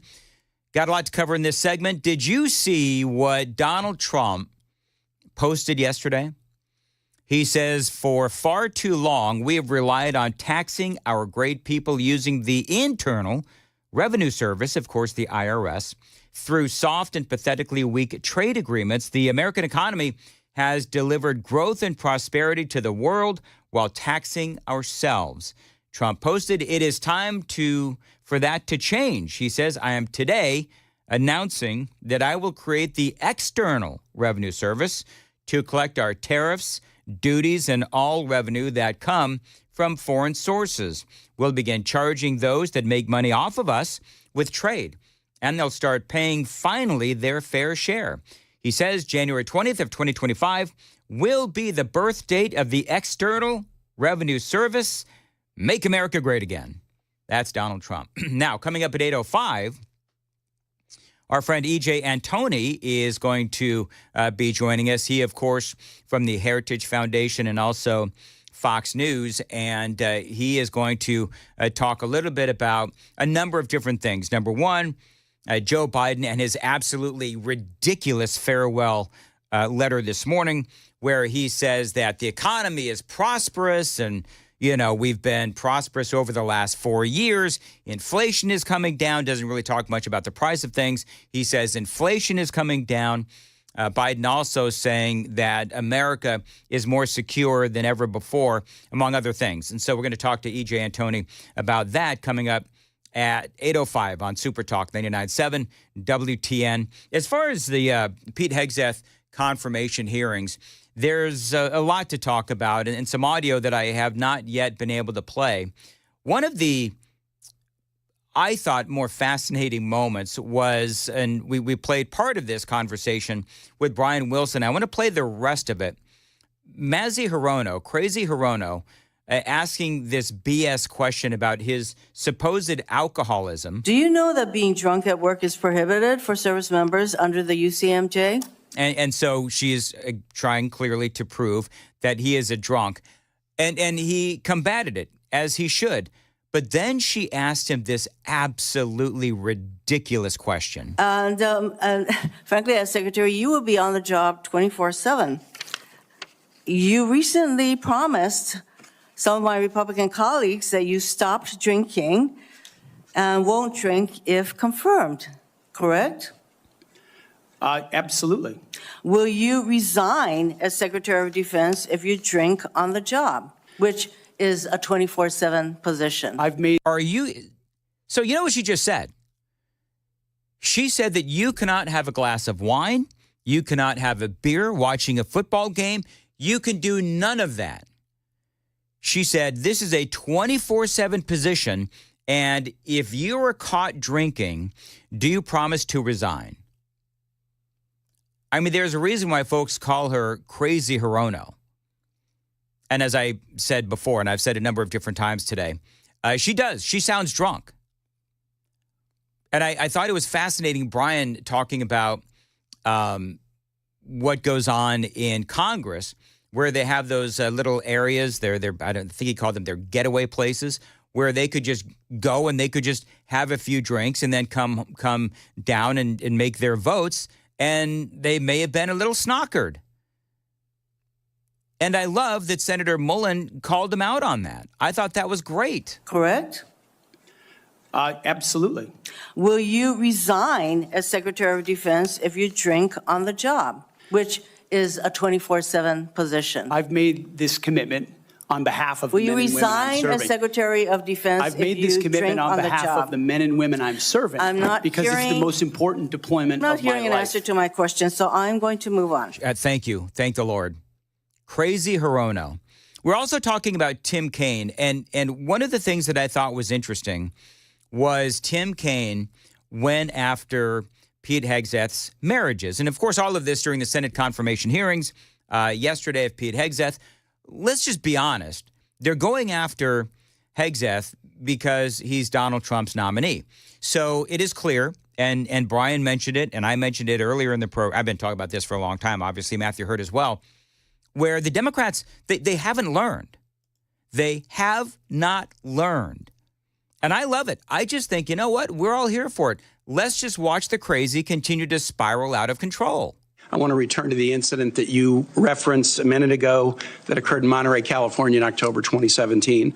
At that time, you were still married to your second wife, correct? I believe so. And you had just fathered a child by a woman who would later become your third wife, correct?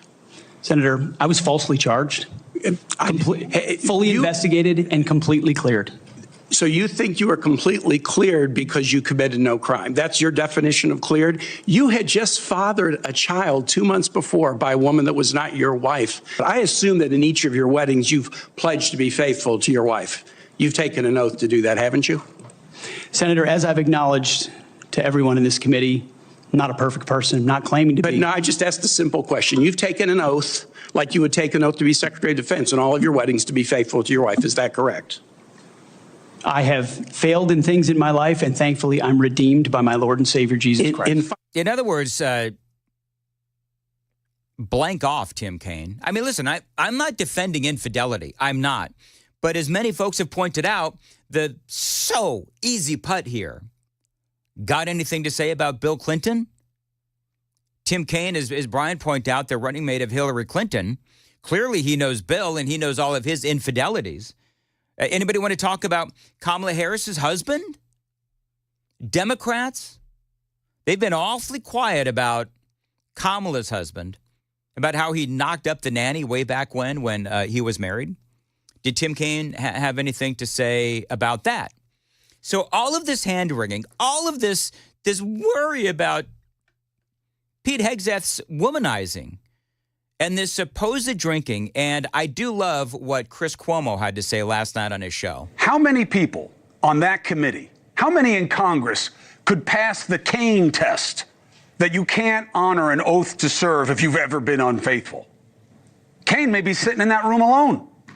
Who cares when we are talking about being the top warrior, not our pastor? Now, Joan, you said that, and Brian mentioned it too, that Tim Kaine, he looked a little disheveled. Now, I have not seen it, but, I mean, was his hair askew and his tie crooked? I mean, how bad was it? He looked like Doc Brown from Back to the Future. Did he really? His hair was, messy, which I've never seen him with unkempt hair before. Right. And he was kind of slouchy. I don't know how to explain that more, but I think that, I think we were all kind of used to the persona that we saw on stage all the time with Hillary Clinton. And the person that I knew was always well kempt because he's a politician. He's out there meeting people. He's no John Fetterman, you know. I can walk in there right now with a picture and give you your immediate reaction if you want me to. You know what? Just text it to me. Okay. Text me a picture. Oh, good. 7:45, Nashville's Morning News. What did Pete Hegseth have to say about our military readiness? Details straight ahead. 7:45, time to check the roads on WTN.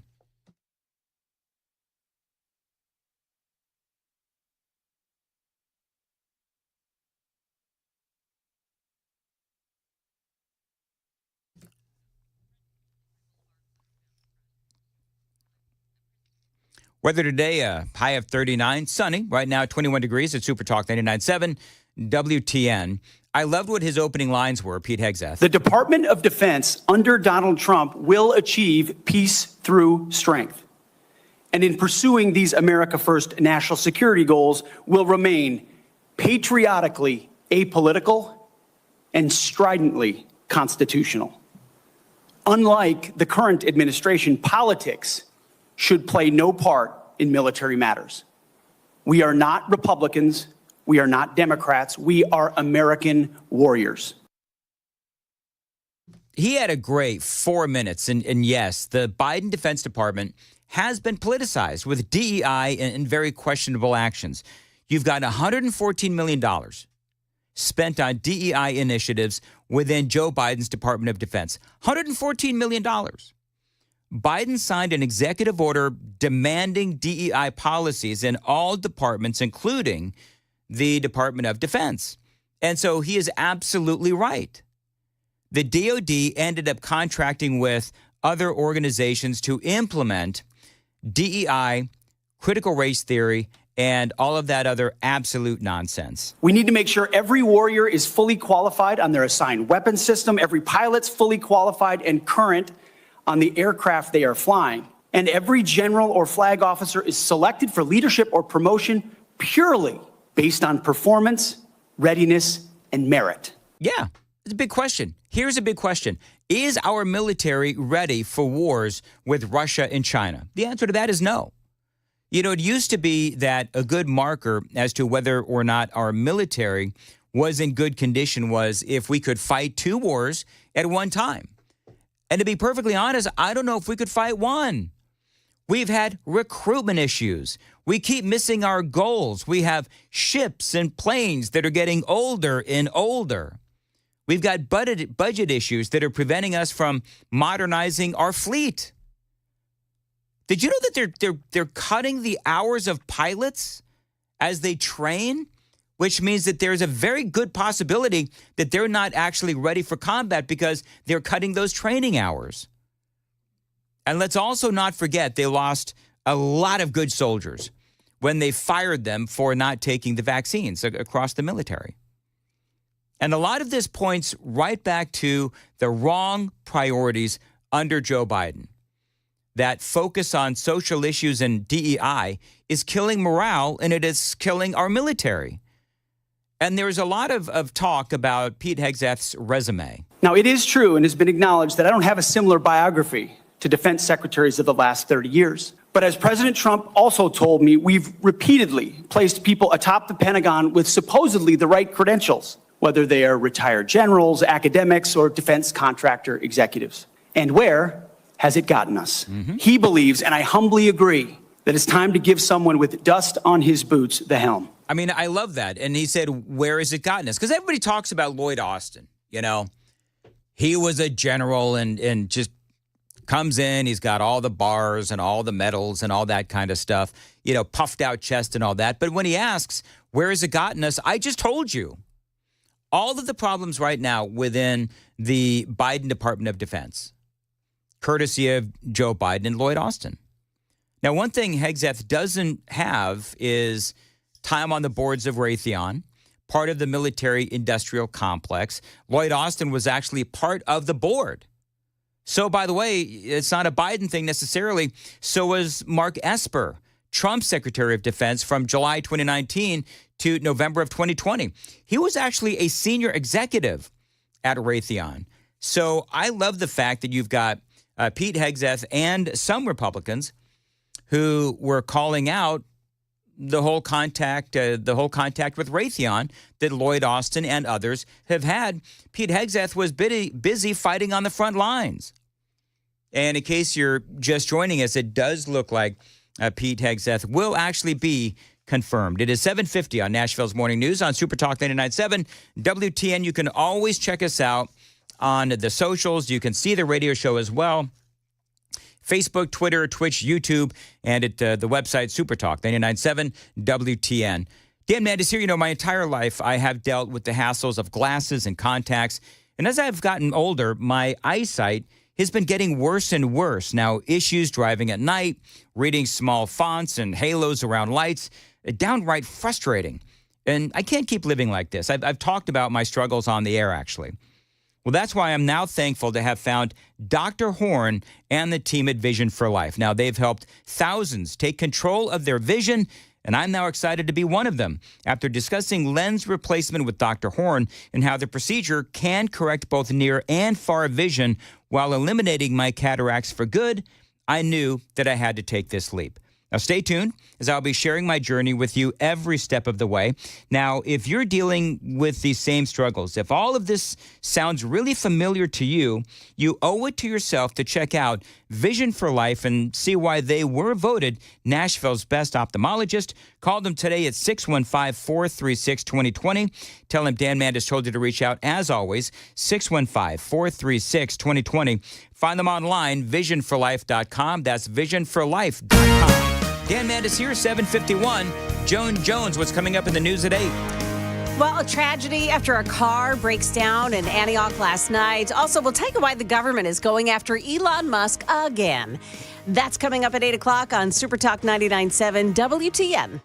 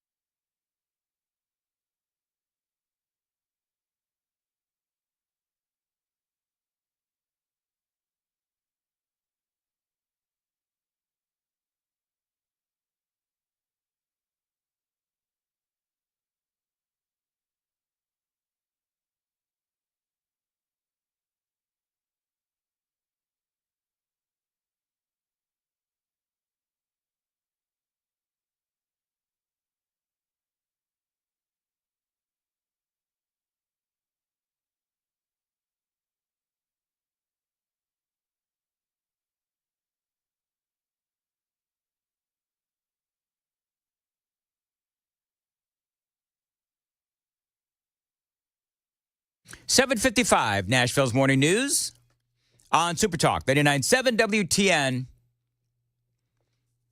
All right, so how did the insane people over there at CNN respond and react to Pete Hegseth's confirmation hearing?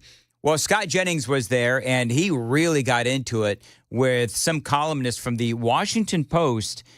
And these people are so insane because she said that his main qualifications was being a TV host. Yes, he was very articulate and polished, and he's a TV host. That's his main qualification. I know in TV we sometimes get confused. Why do you denigrate this man's service? I don't understand. 20 years, Scott, decorated, okay. Scott, Ivy Leaguer. Never... He's a TV host. Scott. That's all he is. Wait it's a not second. his main Why qualification. That is his main. She said he's a TV I like host. TV It's his main host. qualification. It is his You're denigrating this man's service. I don't get it. Not every member who serves deserves to be in charge of the DOD. She said his main qualification is that he's a TV host, and I'm sorry, that's just baloney. It is baloney.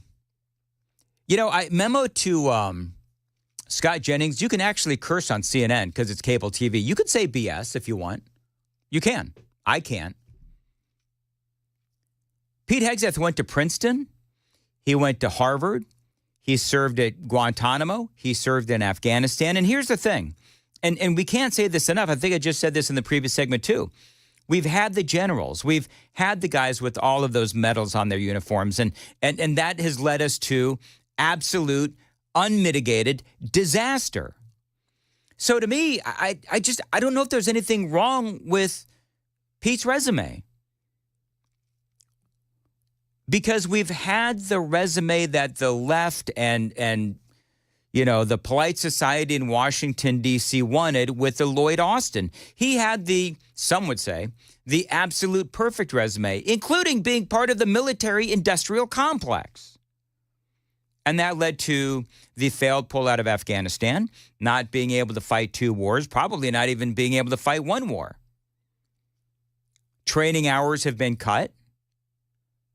Our fleets are getting older. We can't seem to renew the fleets. We can't seem to replenish the planes and the ships and all that kind of stuff.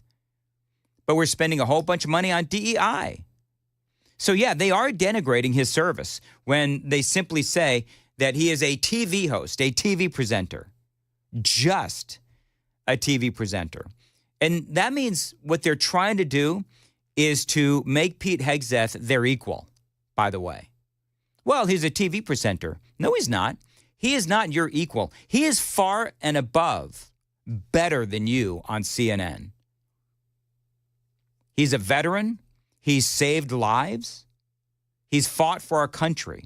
He's a heck of a lot better than you are, CNN presenters. Just by the fact that they're denigrating his service makes him better than they are. But there's more. He's a warfighter, and he's going to be the closest warfighter we've ever had to the enlisted people running the Pentagon. He's decorated, he's an Ivy Leaguer, and he knows what he's doing. Just to be clear, Scott, I hear you say that because I remember Pete Hegseth said it. I think you should recall that there have been people who have run the Pentagon who have been in war. Even if they are officers, they have been in war. Their service doesn't get to be denigrated either. I'm not, but I think he's just he's closer to the average enlisted man who has been deployed and deployed and deployed than anybody that's been up for this job. And he is absolutely right. By the way, coming up in the 8 o'clock hour, remember we've got E.J. Antoni coming up, going to talk about the president's desire, his mission. What he is going to do is he's going to implement the External Revenue Service. And so we're going to speak to E.J. Antoni about all of that coming up. But there is a few other things that they said about Pete Hegseth that I think this real story needs to be told. I'll do that in the 8 o'clock hour coming up because they said that Pete Hegseth was defending people that have done unconscionable things. I've got the full story straight ahead on WTN.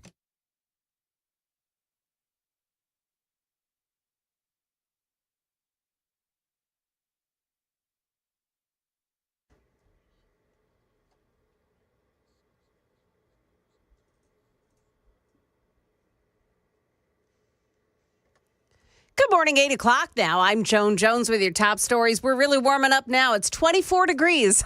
We've got the full forecast coming up in just a couple of moments. A woman whose car was broken down along Murfreesboro Pike in Antioch last night has died. She has not yet been identified, but police are saying that this woman exited the car after it broke down and she began walking along a turn lane on Murfreesboro Pike about 10 o'clock last night. Well, an approaching car had to slam on its brakes to avoid her, but the car behind that one swerved to avoid crashing into the first vehicle and ended up hitting the woman. She reportedly died at the scene. Don't be surprised if you see extra DUI checkpoints this month as Middle Tennessee law enforcement agencies increase efforts to keep impaired drivers off the road. On Friday, officers will be out at Antioch Pike near Cherokee Hills Drive. And then next Friday, they'll be out on Rutherford Boulevard between Broad and Church Streets. If you get your drugs through one of those pharmacy benefit managers, you may have been drastically overcharged. The Federal Trade Commission is out with a new report that says these so-called middlemen of the pharmaceutical industry profited billions of dollars by raising the prices of specialty drugs used to treat cancer, HIV, and other conditions. The report focused on the PBM's Caremark RX, owned by CVS Health, Express Scripts, owned by Cigna, and Optum RX, owned by United Healthcare.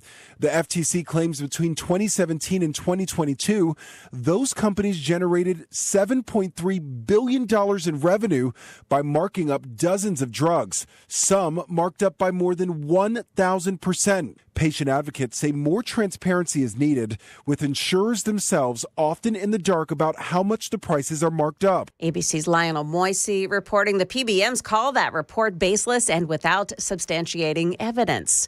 Facebook's parent company is back in the news today after pulling out on DEI measures and capping fact checkers. Meta has announced that it's cutting 5% of its 72,000 workforce. In a memo, Mark Zuckerberg told employees that 2025 will be an intense year. And the SEC suing Elon Musk over his purchase of Twitter. It claims that Musk committed securities fraud by failing to disclose that he had amassed an active stake in the social media company, allowing him to buy shares of Twitter at what they called were artificially low prices. Market Numbers Report now brought to you by Beacon Capital Management, online at beaconcm.com. Stock futures really jumping here after the latest inflation report. It said that core inflation slowed unexpectedly in December. Still, inflation did rise 3.2%. It's a notch lower, though, from the previous month. So the Dow futures right now are plus 676 points. NASDAQ futures are up 375, and the S&P futures are up 91 points. That's the latest news. Traffic and weather next. I'm Joan Jones, WTN News.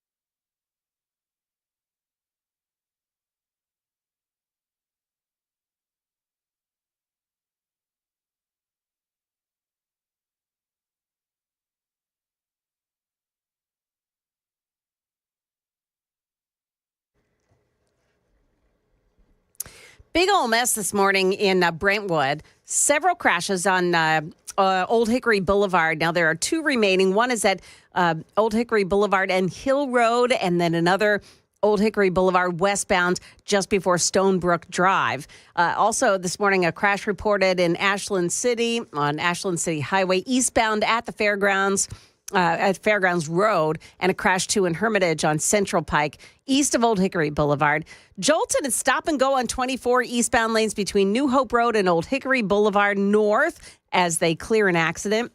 And a crash as well, 40 eastbound at McCrory Lane, exit 192. Traffic every 10 minutes every morning on Super Talk 99.7 WTN.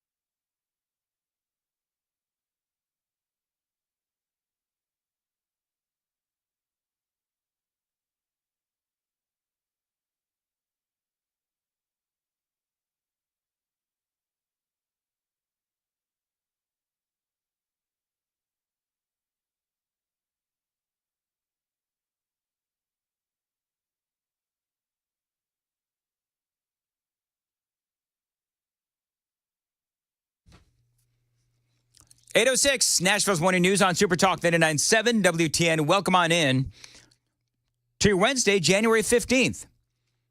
President-elect Donald Trump, he has posted this to the socials. For far too long, we've relied on taxing our great people using the Internal Revenue Service.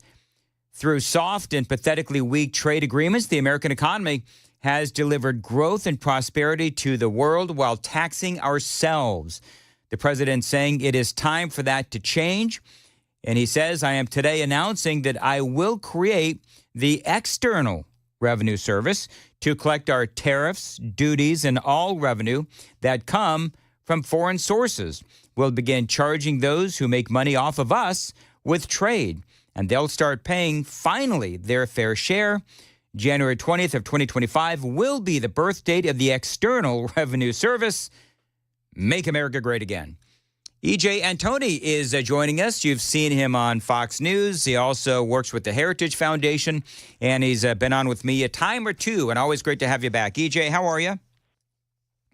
I'm doing all right, Dan. How are you doing this morning? Good. So, 5 days or so and counting, the External Revenue Service. You've heard me talk about the president-elect's post. It sounds like he's talking about collecting tariffs and so forth. Is there anything more to this than that I'm not getting?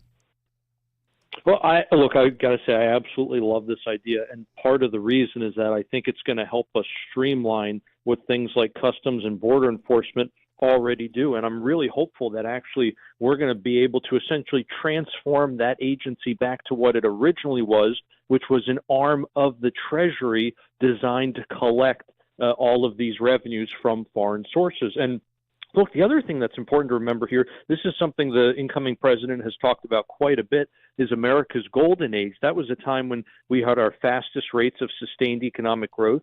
And what did the government use to finance itself? It didn't use income taxes. That didn't even exist. That didn't come into effect until 1913. Yes, it was a temporary wartime measure during the Civil War, but that was basically a one-off. During the rest of that time period, the government financed itself through tariffs almost exclusively. And so I think anything we can do to get us back to that winning formula of no income taxes, or at least less income taxes, and more reliance on tariffs, that's a good thing.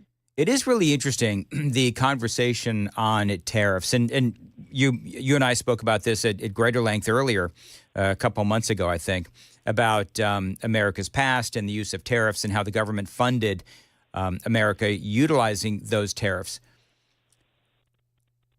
You said something previously that I thought was really interesting, and that was that if America, we are a huge market. We are a huge economy.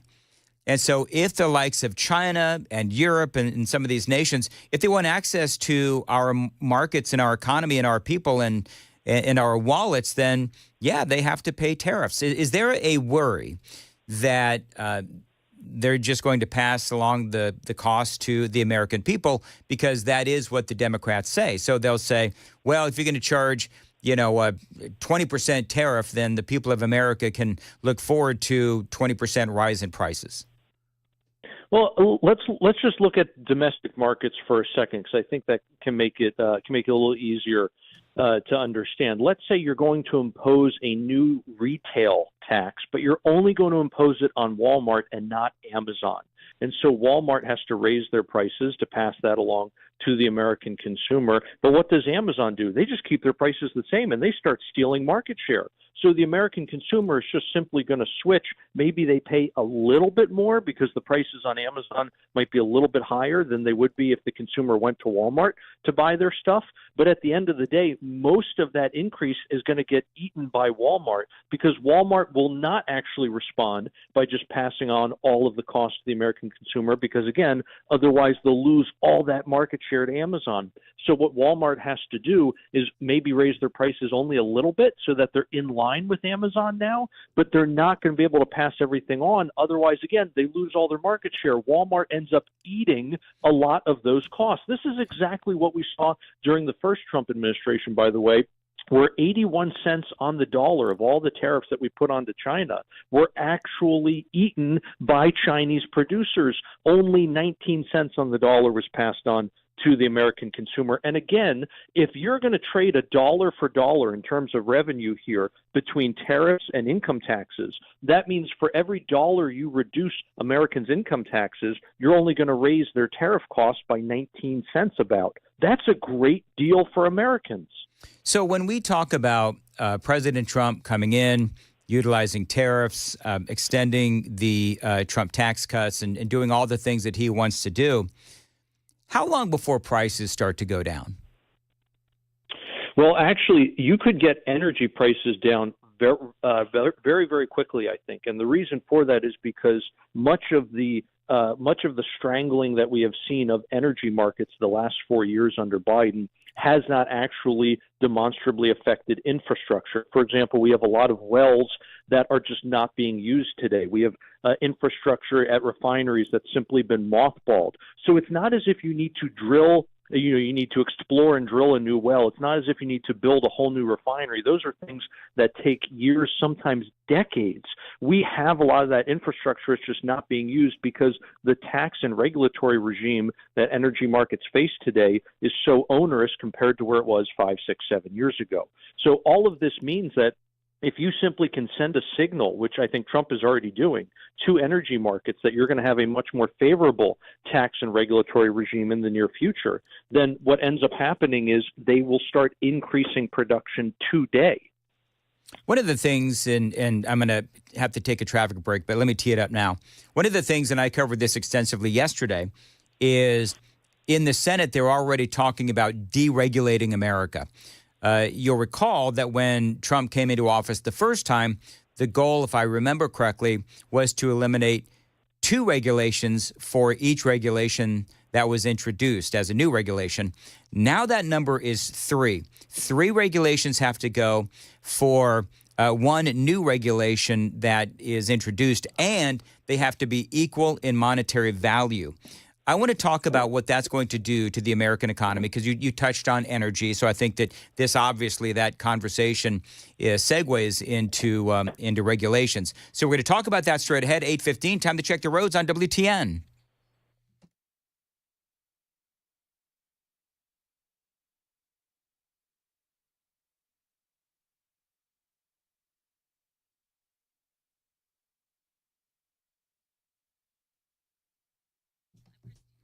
Weather today, a high of 39 and sunny skies. Right now, 23 degrees. Super Talk, 99.7 WTN. EJ Antoni is joining us on the Newsmaker Hotline. So how big of a deal will it be if the Senate and the House and Donald Trump are going to be able to cut the regulations as much as they want to cut them?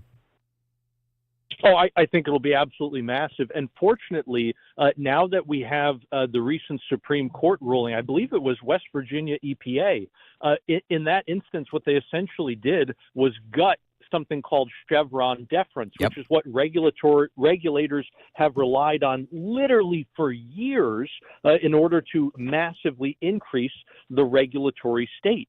And so we're now at a point where you can essentially deregulate, do away with a lot of these old provisions without actually having to go through Congress. So I'm trying to say that the executive branch can do a tremendous amount of deregulating now on their own. And I think that this is a particularly good sign given the people that we are seeing at places like OIRA, also given the fact that Casey Mulligan, a University of Chicago economics professor, he's now in his new role that was just recently announced, he's basically going to be the deregulatory czar in the Trump administration. And one of the reasons why I'm so hopeful with people like him, he published a paper not that long ago showing that during the Trump administration, their deregulatory efforts actually saved American families on average $2,500 a year per year during the 4 years of the first Trump administration. Conversely,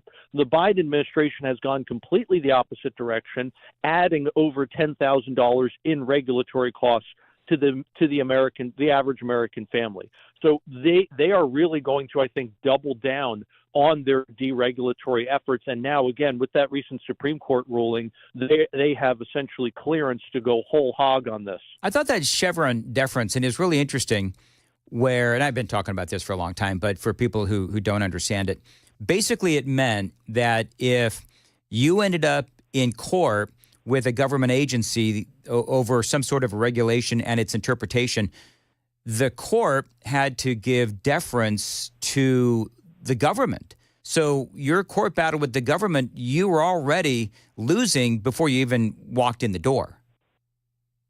Right, 100%, absolutely. You're absolutely right, Dan. And so the reason why this really helps with the deregulatory efforts is the folks who are in charge of that deregulation can now simply point to that court ruling and say, look, all of these things that we have been doing as regulators in the past, things like imposing these hyper stringent efficiency requirements on home appliances, things that sound good but actually don't have a net benefit on consumers because they make the appliances so incredibly costly.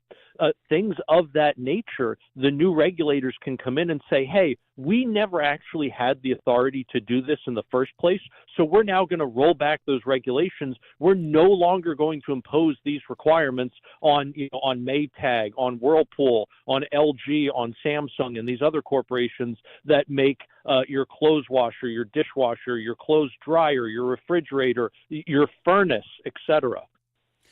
8:18, Nashville's Morning News. EJ Antoni is joining us. All right, EJ, I've got 1 minute left. Joe Biden released his farewell letter, and in it relating to the economy, Joe Biden says today, we have the strongest economy in the world and have created a record 16.6 million new jobs. Wages are up. Inflation continues to come down. And he's, it seems to me like he's gaslighting America again. But 60 seconds, EJ, give me an encapsulation of Joe Biden's economy.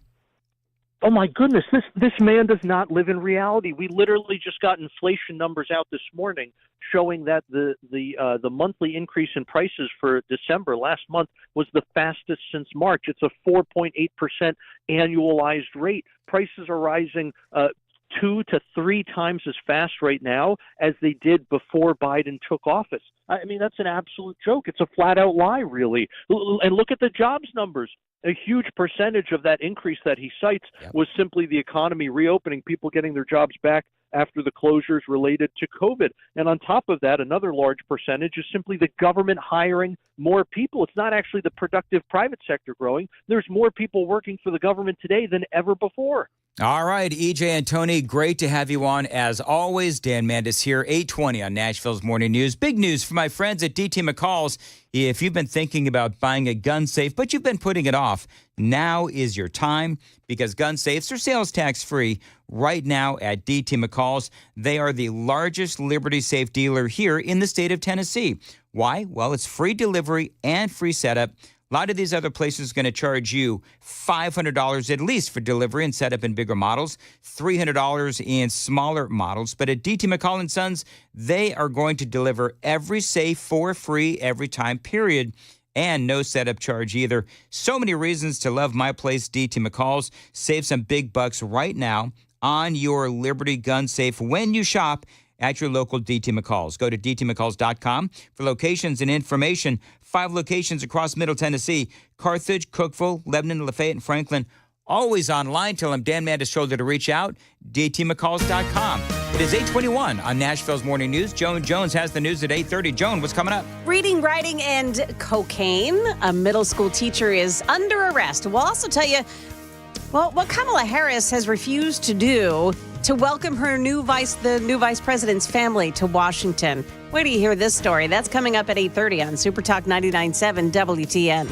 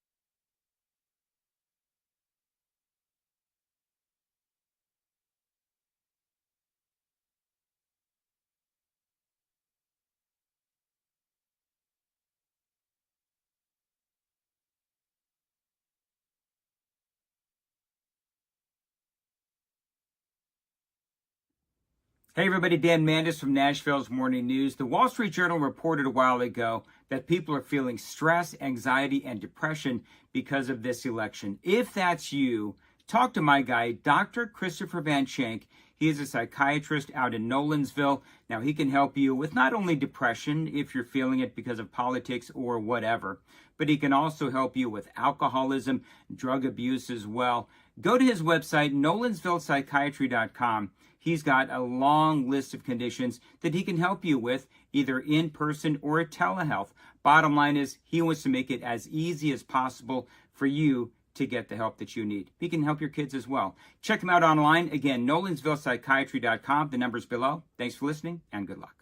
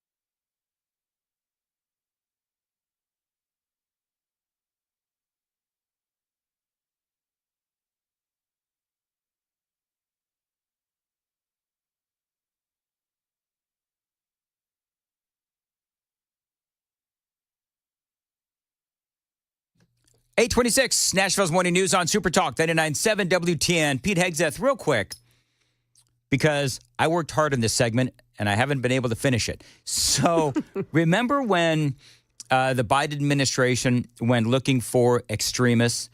And so one of the things that the Democrats yesterday tried to do was they tried to lump him in with all of these extremists, and I'm air quoting that they found in the military, which, by the way, they didn't find hardly any, but they spent millions of dollars on this program to root out the extremists. Well, they thought that Hegseth was one of these extremists because of his tattoos, and he talks about being called up to work Biden's inauguration, but then they pulled his papers. And when the events happened before preceding the Biden inauguration, I was a part of the mobilization to defend that inauguration as someone who'd been a proud supporter of Donald Trump, but also a member of the military, had orders to come to Washington, D.C. to guard that inauguration. And at the last minute, those orders were revoked. I'd never had orders revoked before. I'd been on orders to a lot of places to do a lot of difficult and dangerous things. They were revoked, and I was not told why. And it's incredible. I love how they targeted him as an extremist, but don't tell him that.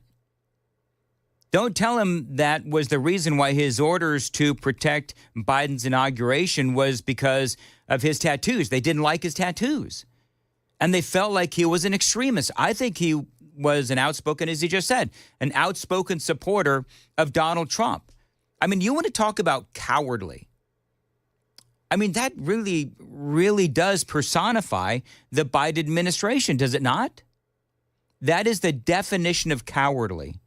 Pull a guy, but don't tell him why. Later, when I wrote my book, I was able to get information that was because I had been identified. Someone who'd served in Iraq, in Afghanistan, in Guantanamo Bay, holding a riot shield outside the White House. I'd been identified as an extremist, as someone unworthy of guarding the inauguration of an incoming American president. And if that's happening to me, Senator, how many other men and women, how many other patriots, how many other people of conscience? We haven't even talked about COVID. Tens of thousands of service members who were kicked out because of an experimental vaccine. In President Trump's Defense Department, they will be apologized to. They will be reinstituted with pay and rank. Things like focusing on extremism have created a climate inside our ranks that feel political when it hasn't ever been political. Yeah, and that's what Biden did. You know, all this focus on right-wing extremism, which is ultimately what they were trying to do after January 6th. They started looking at social media pages and tattoos like Pete's and some really hardcore vetting. But the Associated Press actually reported after the fact that the processes and the data Biden was using was actually outdated. That led to accusations of misrepresenting the scope of the so-called problem. Is there anything Biden didn't screw up? I can't think of one thing that this administration has not screwed up. They've made our lives miserable, and in 5 days, they are fired. It is 8:30 on Super Talk 99.7 WTN.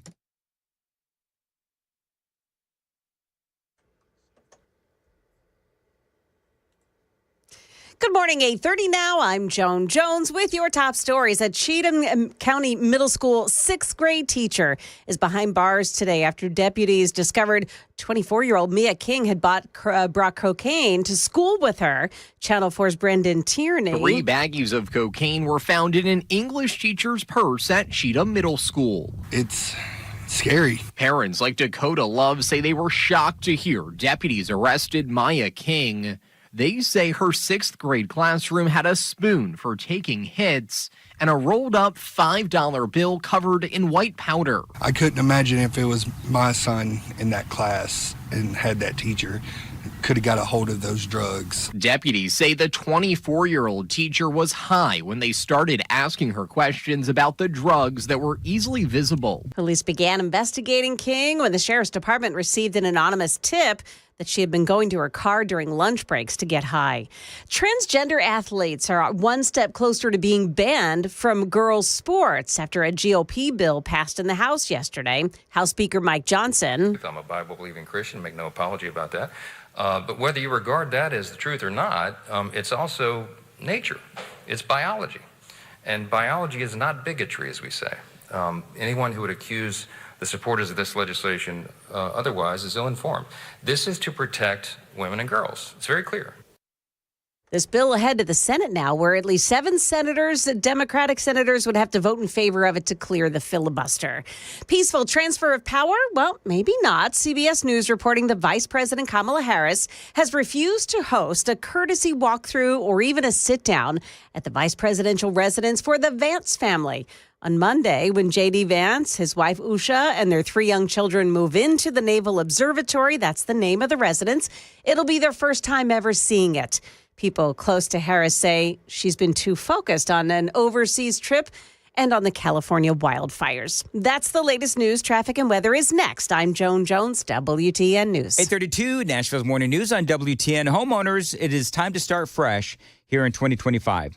Loan Pronto is here to help you take control of your finances by lowering your house payments and consolidating that nagging debt. Now, did you know that 9 out of 10 borrowers get a better deal by calling Loan Pronto? That's right. Now, right now, Loan Pronto has some of the most competitive offers in refis, debt consolidation, and purchase loans starting in the low 5s APRs. Now, if your current rate is over 6%, don't settle for paying too much. Call my friends at Loan Pronto. Even if you're in the process with another lender, call Loan Pronto. Lock in a lower rate today and close in as little as 2 weeks, often with no appraisal. You can even skip your next 2 house payments. It is fast, easy, and hassle-free. Get your personalized Loan Pronto rate quote instantly with no hard credit pull and no upfront fees. Call them, tell them Dan told you to reach out. 615-499-5780, 615-499-5780, loanpronto.com. Equal housing lender, NMLS 166-1781, subject to lender approval, NMLS consumeraccess.org.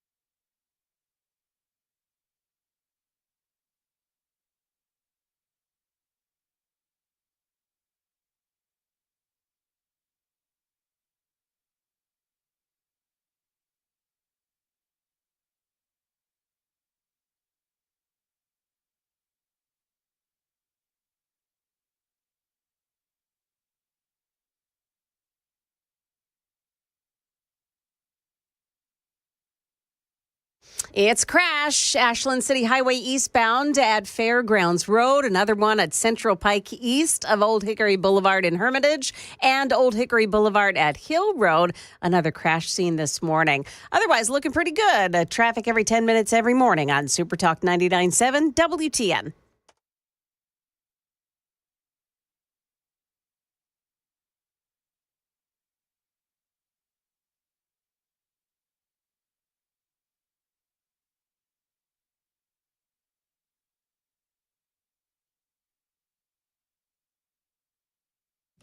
8:36. Nashville's Morning News on Super Talk 99.7 WTN. Good morning to you, friends. As far as your weather today, a high of 39, sunny skies, 21 degrees at Super Talk 99.7. Joan. Yes. Please, that Kamala Harris story, are you kidding me? I am not. So she refuses to host J.D. Vance to sort of, give him the whatever regarding the vice presidential residence. The royal tour. So the royal tour. It's a courtesy. It happens with the. Oh, apparently it's not incoming, a courtesy if you're Kamala Harris. So the Vance's children are all under 8 years old. So it's pretty important, like which kid picks which room. And the Naval Observatory is it's like a 19th century Queen Anne style. It's not like really kid friendly. Right. Well, so it was important to them. So apparently there's not going to be a peaceful transfer of power amongst the VPs. It's almost like a Kamala surrection. A Kamala surrection? I love it. So that has nothing to do with Doug.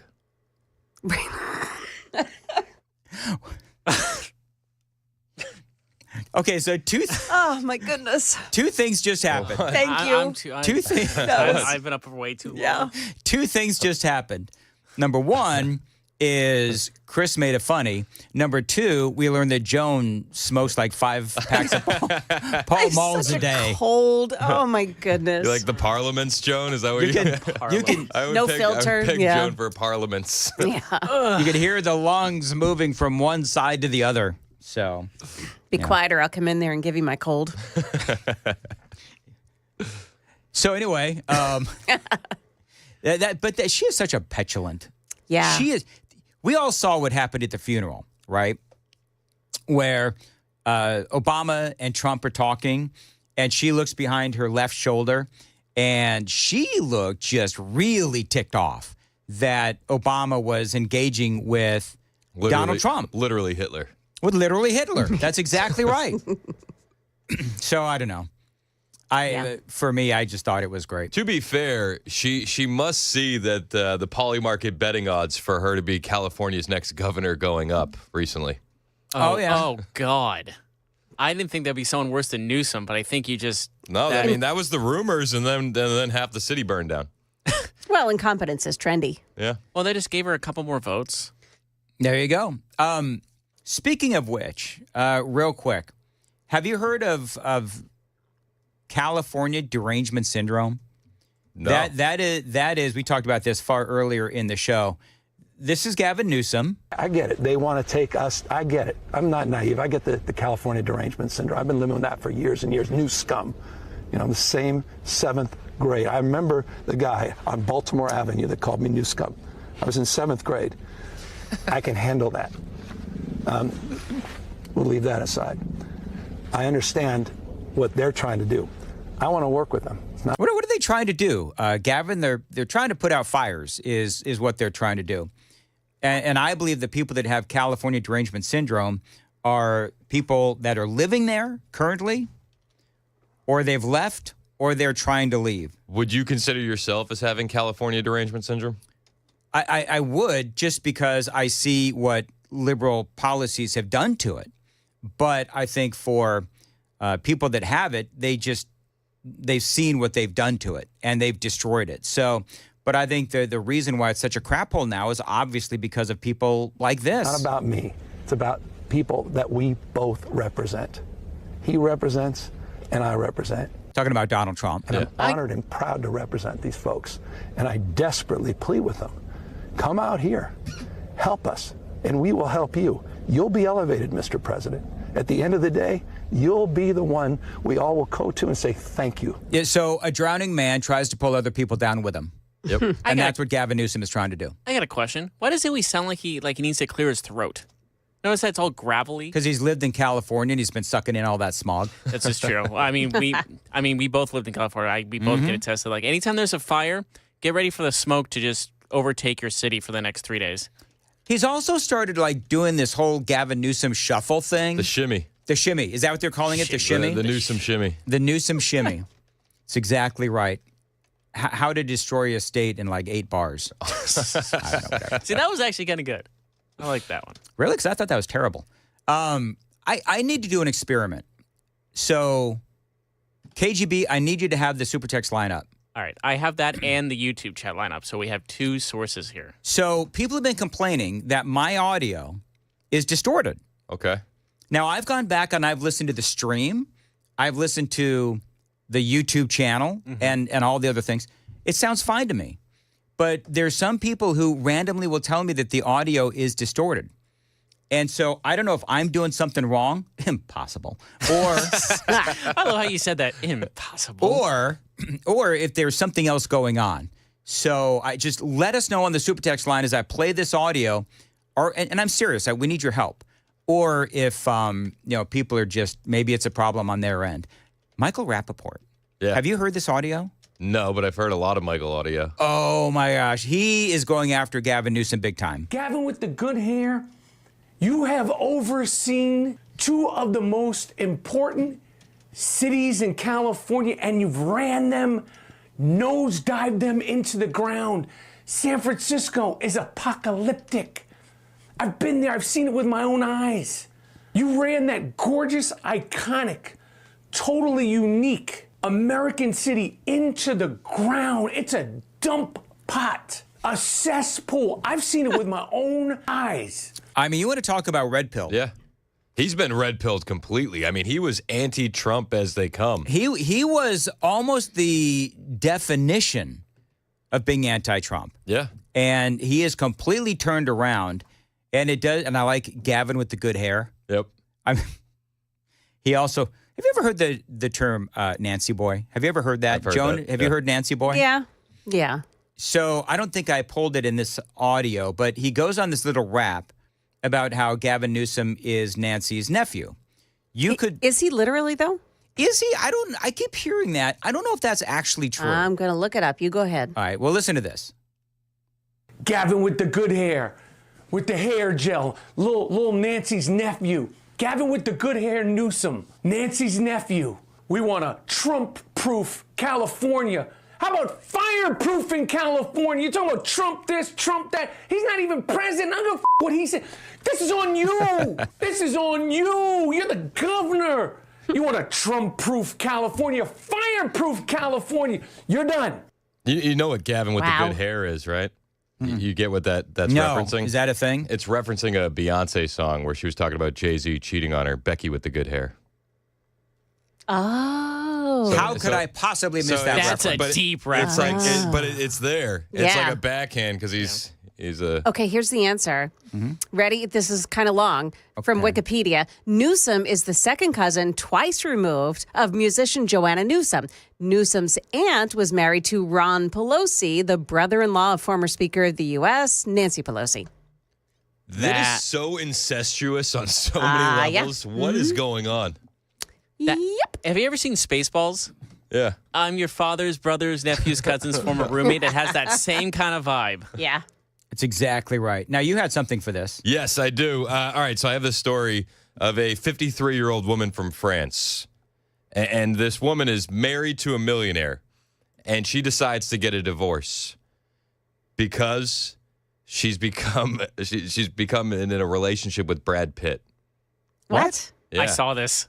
So she falls in love with Brad Pitt. She gets a message from Brad Pitt's mother online saying, Brad's looking for someone just like you. And then this woman gets duped via AI to send $9,000 to Brad Pitt to get presents through customs. And then then Brad has kidney failure and he needs money for surgery.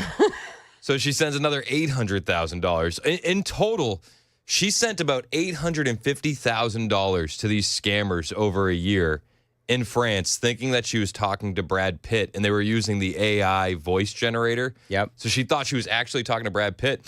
But this woman was already married to a millionaire. Yeah, but let's be honest. Brad Pitt is probably better looking than her husband. But Brad Pitt's mom reaches out first? Yeah. Well, how does somebody that stupid have so much money? I don't know, man. Like, I don't, who's the, okay. I'm gonna ask that this. money is never recoverable. No. It's that's the offshores. thing. You'll never see it again.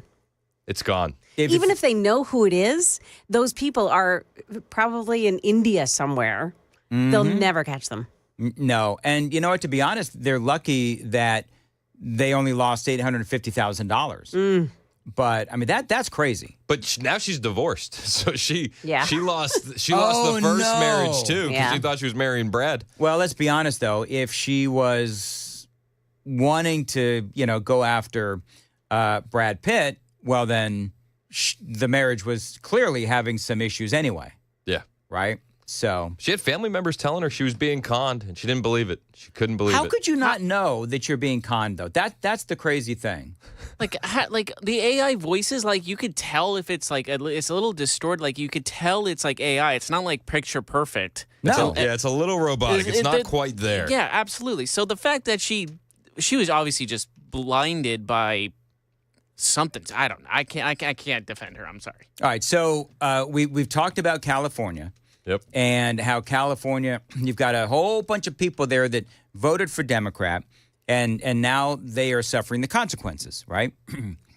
Listen to what happened in Paris. Again, you reap what you sow. This is from the Daily Mail, Paris's socialist-led council, which owns a building, it's like a theater, are now, they've got themselves into a bit of a pickle. Because they have this theater and they used it to celebrate migrants in Paris, celebrating migrants. All these migrants come in and now they won't leave. And so they've got this building. Isn't that the story of Europe time and time again? Yeah. Yes. And so now you've got all of these migrants or immigrants or whatever. They won't leave this theater. And now the socialist-led council can't use the theater, and they're losing hundreds of thousands of dollars, and they can't get these migrants out. How many? Hundreds. It's hundreds. It's crazy. And they can't get them out. I mean, have you seen videos of Paris on the streets now? It's awful. Why would anybody want to go there? It's not as bad as San Francisco, but it's really dangerous. Number one, it's really dangerous. It's like a San Francisco, New York hybrid. You were talking to a guy about the Calvin Robinson. Yeah, the rape gangs. Yep. Right? That's a horrifying story. Yeah. Absolutely horrifying. Don't worry, though. The government voted against investigating the government. The best part of all this now is the socialists are now asking for the government's help to deal with the problem, and the government is apparently ignoring the requests and is reluctant to get involved in the debacle. The theater's income, of course, has collapsed. The local businesses are also complaining because they're having losses because nobody wants to come around the theater because it's gross. You got all these people inside and they won't leave. Yeah. And they've had to cancel all the events at the theater. And I'm trying to be the better person. Yeah. I'm trying not to laugh. Nobody's been killed here, so you can laugh at this stupidity. I mean, it depends on your definition of nobody's been killed yet. I mean, you can look at the migrants that they've imported and the terror attacks that have happened. Oh, my gosh. Yep. You could absolutely make the argument that people have been killed. Kind of funny, though, that they won't leave. Yes. They won't leave. Let's celebrate the migrants for a couple of hours. Then they're supposed to leave, and they won't. We got pizza and ice cream cake. Okay, but what about tomorrow morning? What's for breakfast? Congratulations, socialists. All right, what are people saying about the audio that I'm playing? Are they saying that it's distorted? YouTube chat says everything's good. There are some people. I think it's the app that's distorted because I got a majority of people saying there's no issue. There's just some people that they think it's like too loud. I think that's just their end, honestly. I was going to say, why would it be too loud on some apps and not other apps? Well, I think some people are mainly listening on FM are saying like this sounds good. Maybe people from other sources are getting a secondary feed and are just, getting a distortion. But honestly, I see a majority saying it's okay, so. All right. Moving right along. Democracy. I don't know. All right, Chris, what's coming up? Well, today on the show, we're going to have the CEO of the Marco Polo 501c3. That's the organization that dove into the Hunter Biden laptop because, as you know, David Weiss said there's no reason to charge Hunter Biden with anything else. Did you do that on purpose? No, why? Marco Polo dove in? No, I didn't do that. You know what Marco Polo is, right? You ever have a swimming pool? Never heard of it. Are you being serious? What do you mean? Marco Polo. He's lying. Dan. It's an explorer? Dan. It's an explorer, right? Marco Polo. I don't know what you're referencing. Oh, it's like Dan, Dan, he's messing with you. Do you know what he said to me when he came in today? Pull my finger? No. He said to me, tell him what you said. I looked right at Dan and said, hey, you got something right here. And I pointed to his nose, and then I didn't say anything. Now, that's a callback. That's a callback to a probably regrettable segment where I was talking about somehow the conversation ended up, what would I be like on cocaine? My wife asked me once if I was on cocaine because I kept touching my nose and my face and the stupid cameras. Yep. I had a nose hair. You had to go finger pluck. And but I was very self-conscious because of the cameras, and I couldn't do it until the break. It's happened to all of us. Chris, the good news for you is that we got him to confess that he did wash his hands. Yeah. I always wash. I am a chronic hand washer. I'm still on the Chris got you on the Marco Polo thing. That was so good. I don't understand the reference. I have washed my hands raw before. I've had skin doctors tell me, I forget what you call them, but tell me your hands are really dry. Is it epidemiologists? No, I don't. I forget. Is that a skin doctor? What's a skin doctor? Dermatologist? Dermatologist. Thank you, Joan. Leave it to the mom to know. Yeah, she knows. And we and they said you got to stop washing your hands so much. And I said, well, I've got to be clean. That's how you stay well. And then they sent you to the psychologist. Right? I think we're done. Dan on cocaine. Moving on. I think we're done here. Joan has the news. Joan, what's coming up?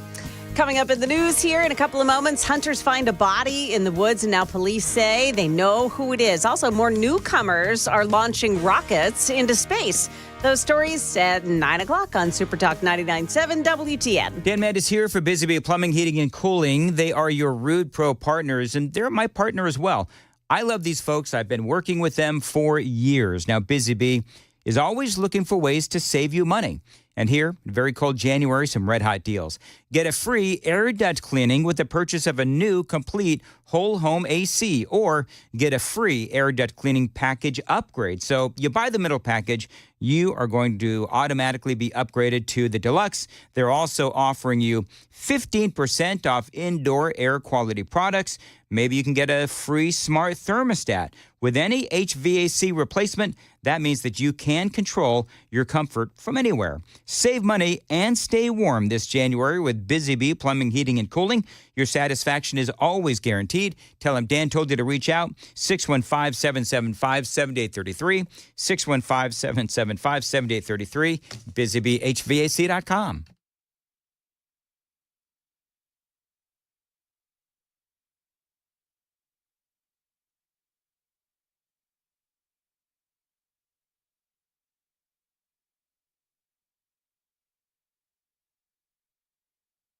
The guaranteed offer is the easiest way to sell your home.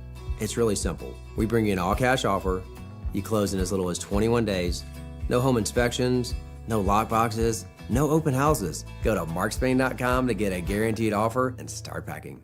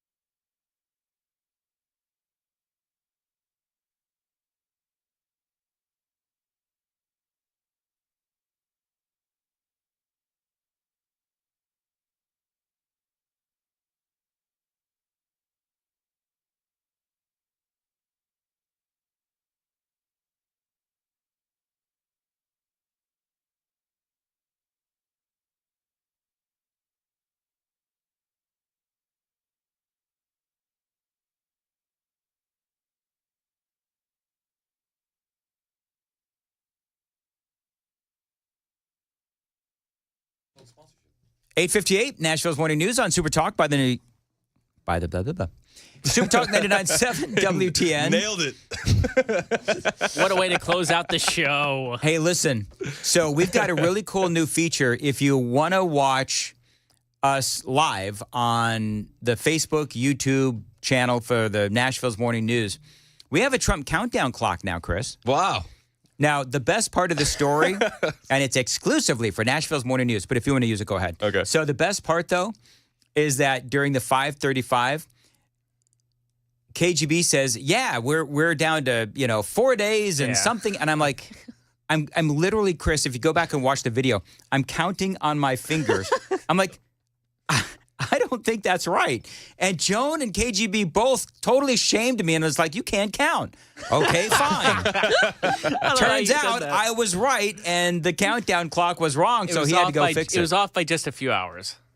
Yep. So, yeah, it's edited. It works. I was talking to Dan the other day. I'm like, we should have like a count. I don't know how the conversation started, but we said it. Yeah. And this morning I was like, I wonder if I can find something. And I went, oh, I have it. And so now, if you're watching, a lot of people watch the show on delay. Yeah. So if you're watching it on delay. Oh, yeah, it'll look funny. What happens then? Oh, yeah. Well, still ignore the clock, but watch the show on delay. There you go. Because sometimes I make more sense when you can go back and listen to it a few times. Yeah, if you listen That's to it not 3 true. times, it's a little bit more clear, Joan. Bye, Joan. News with Joan Jones is coming up next on WTN.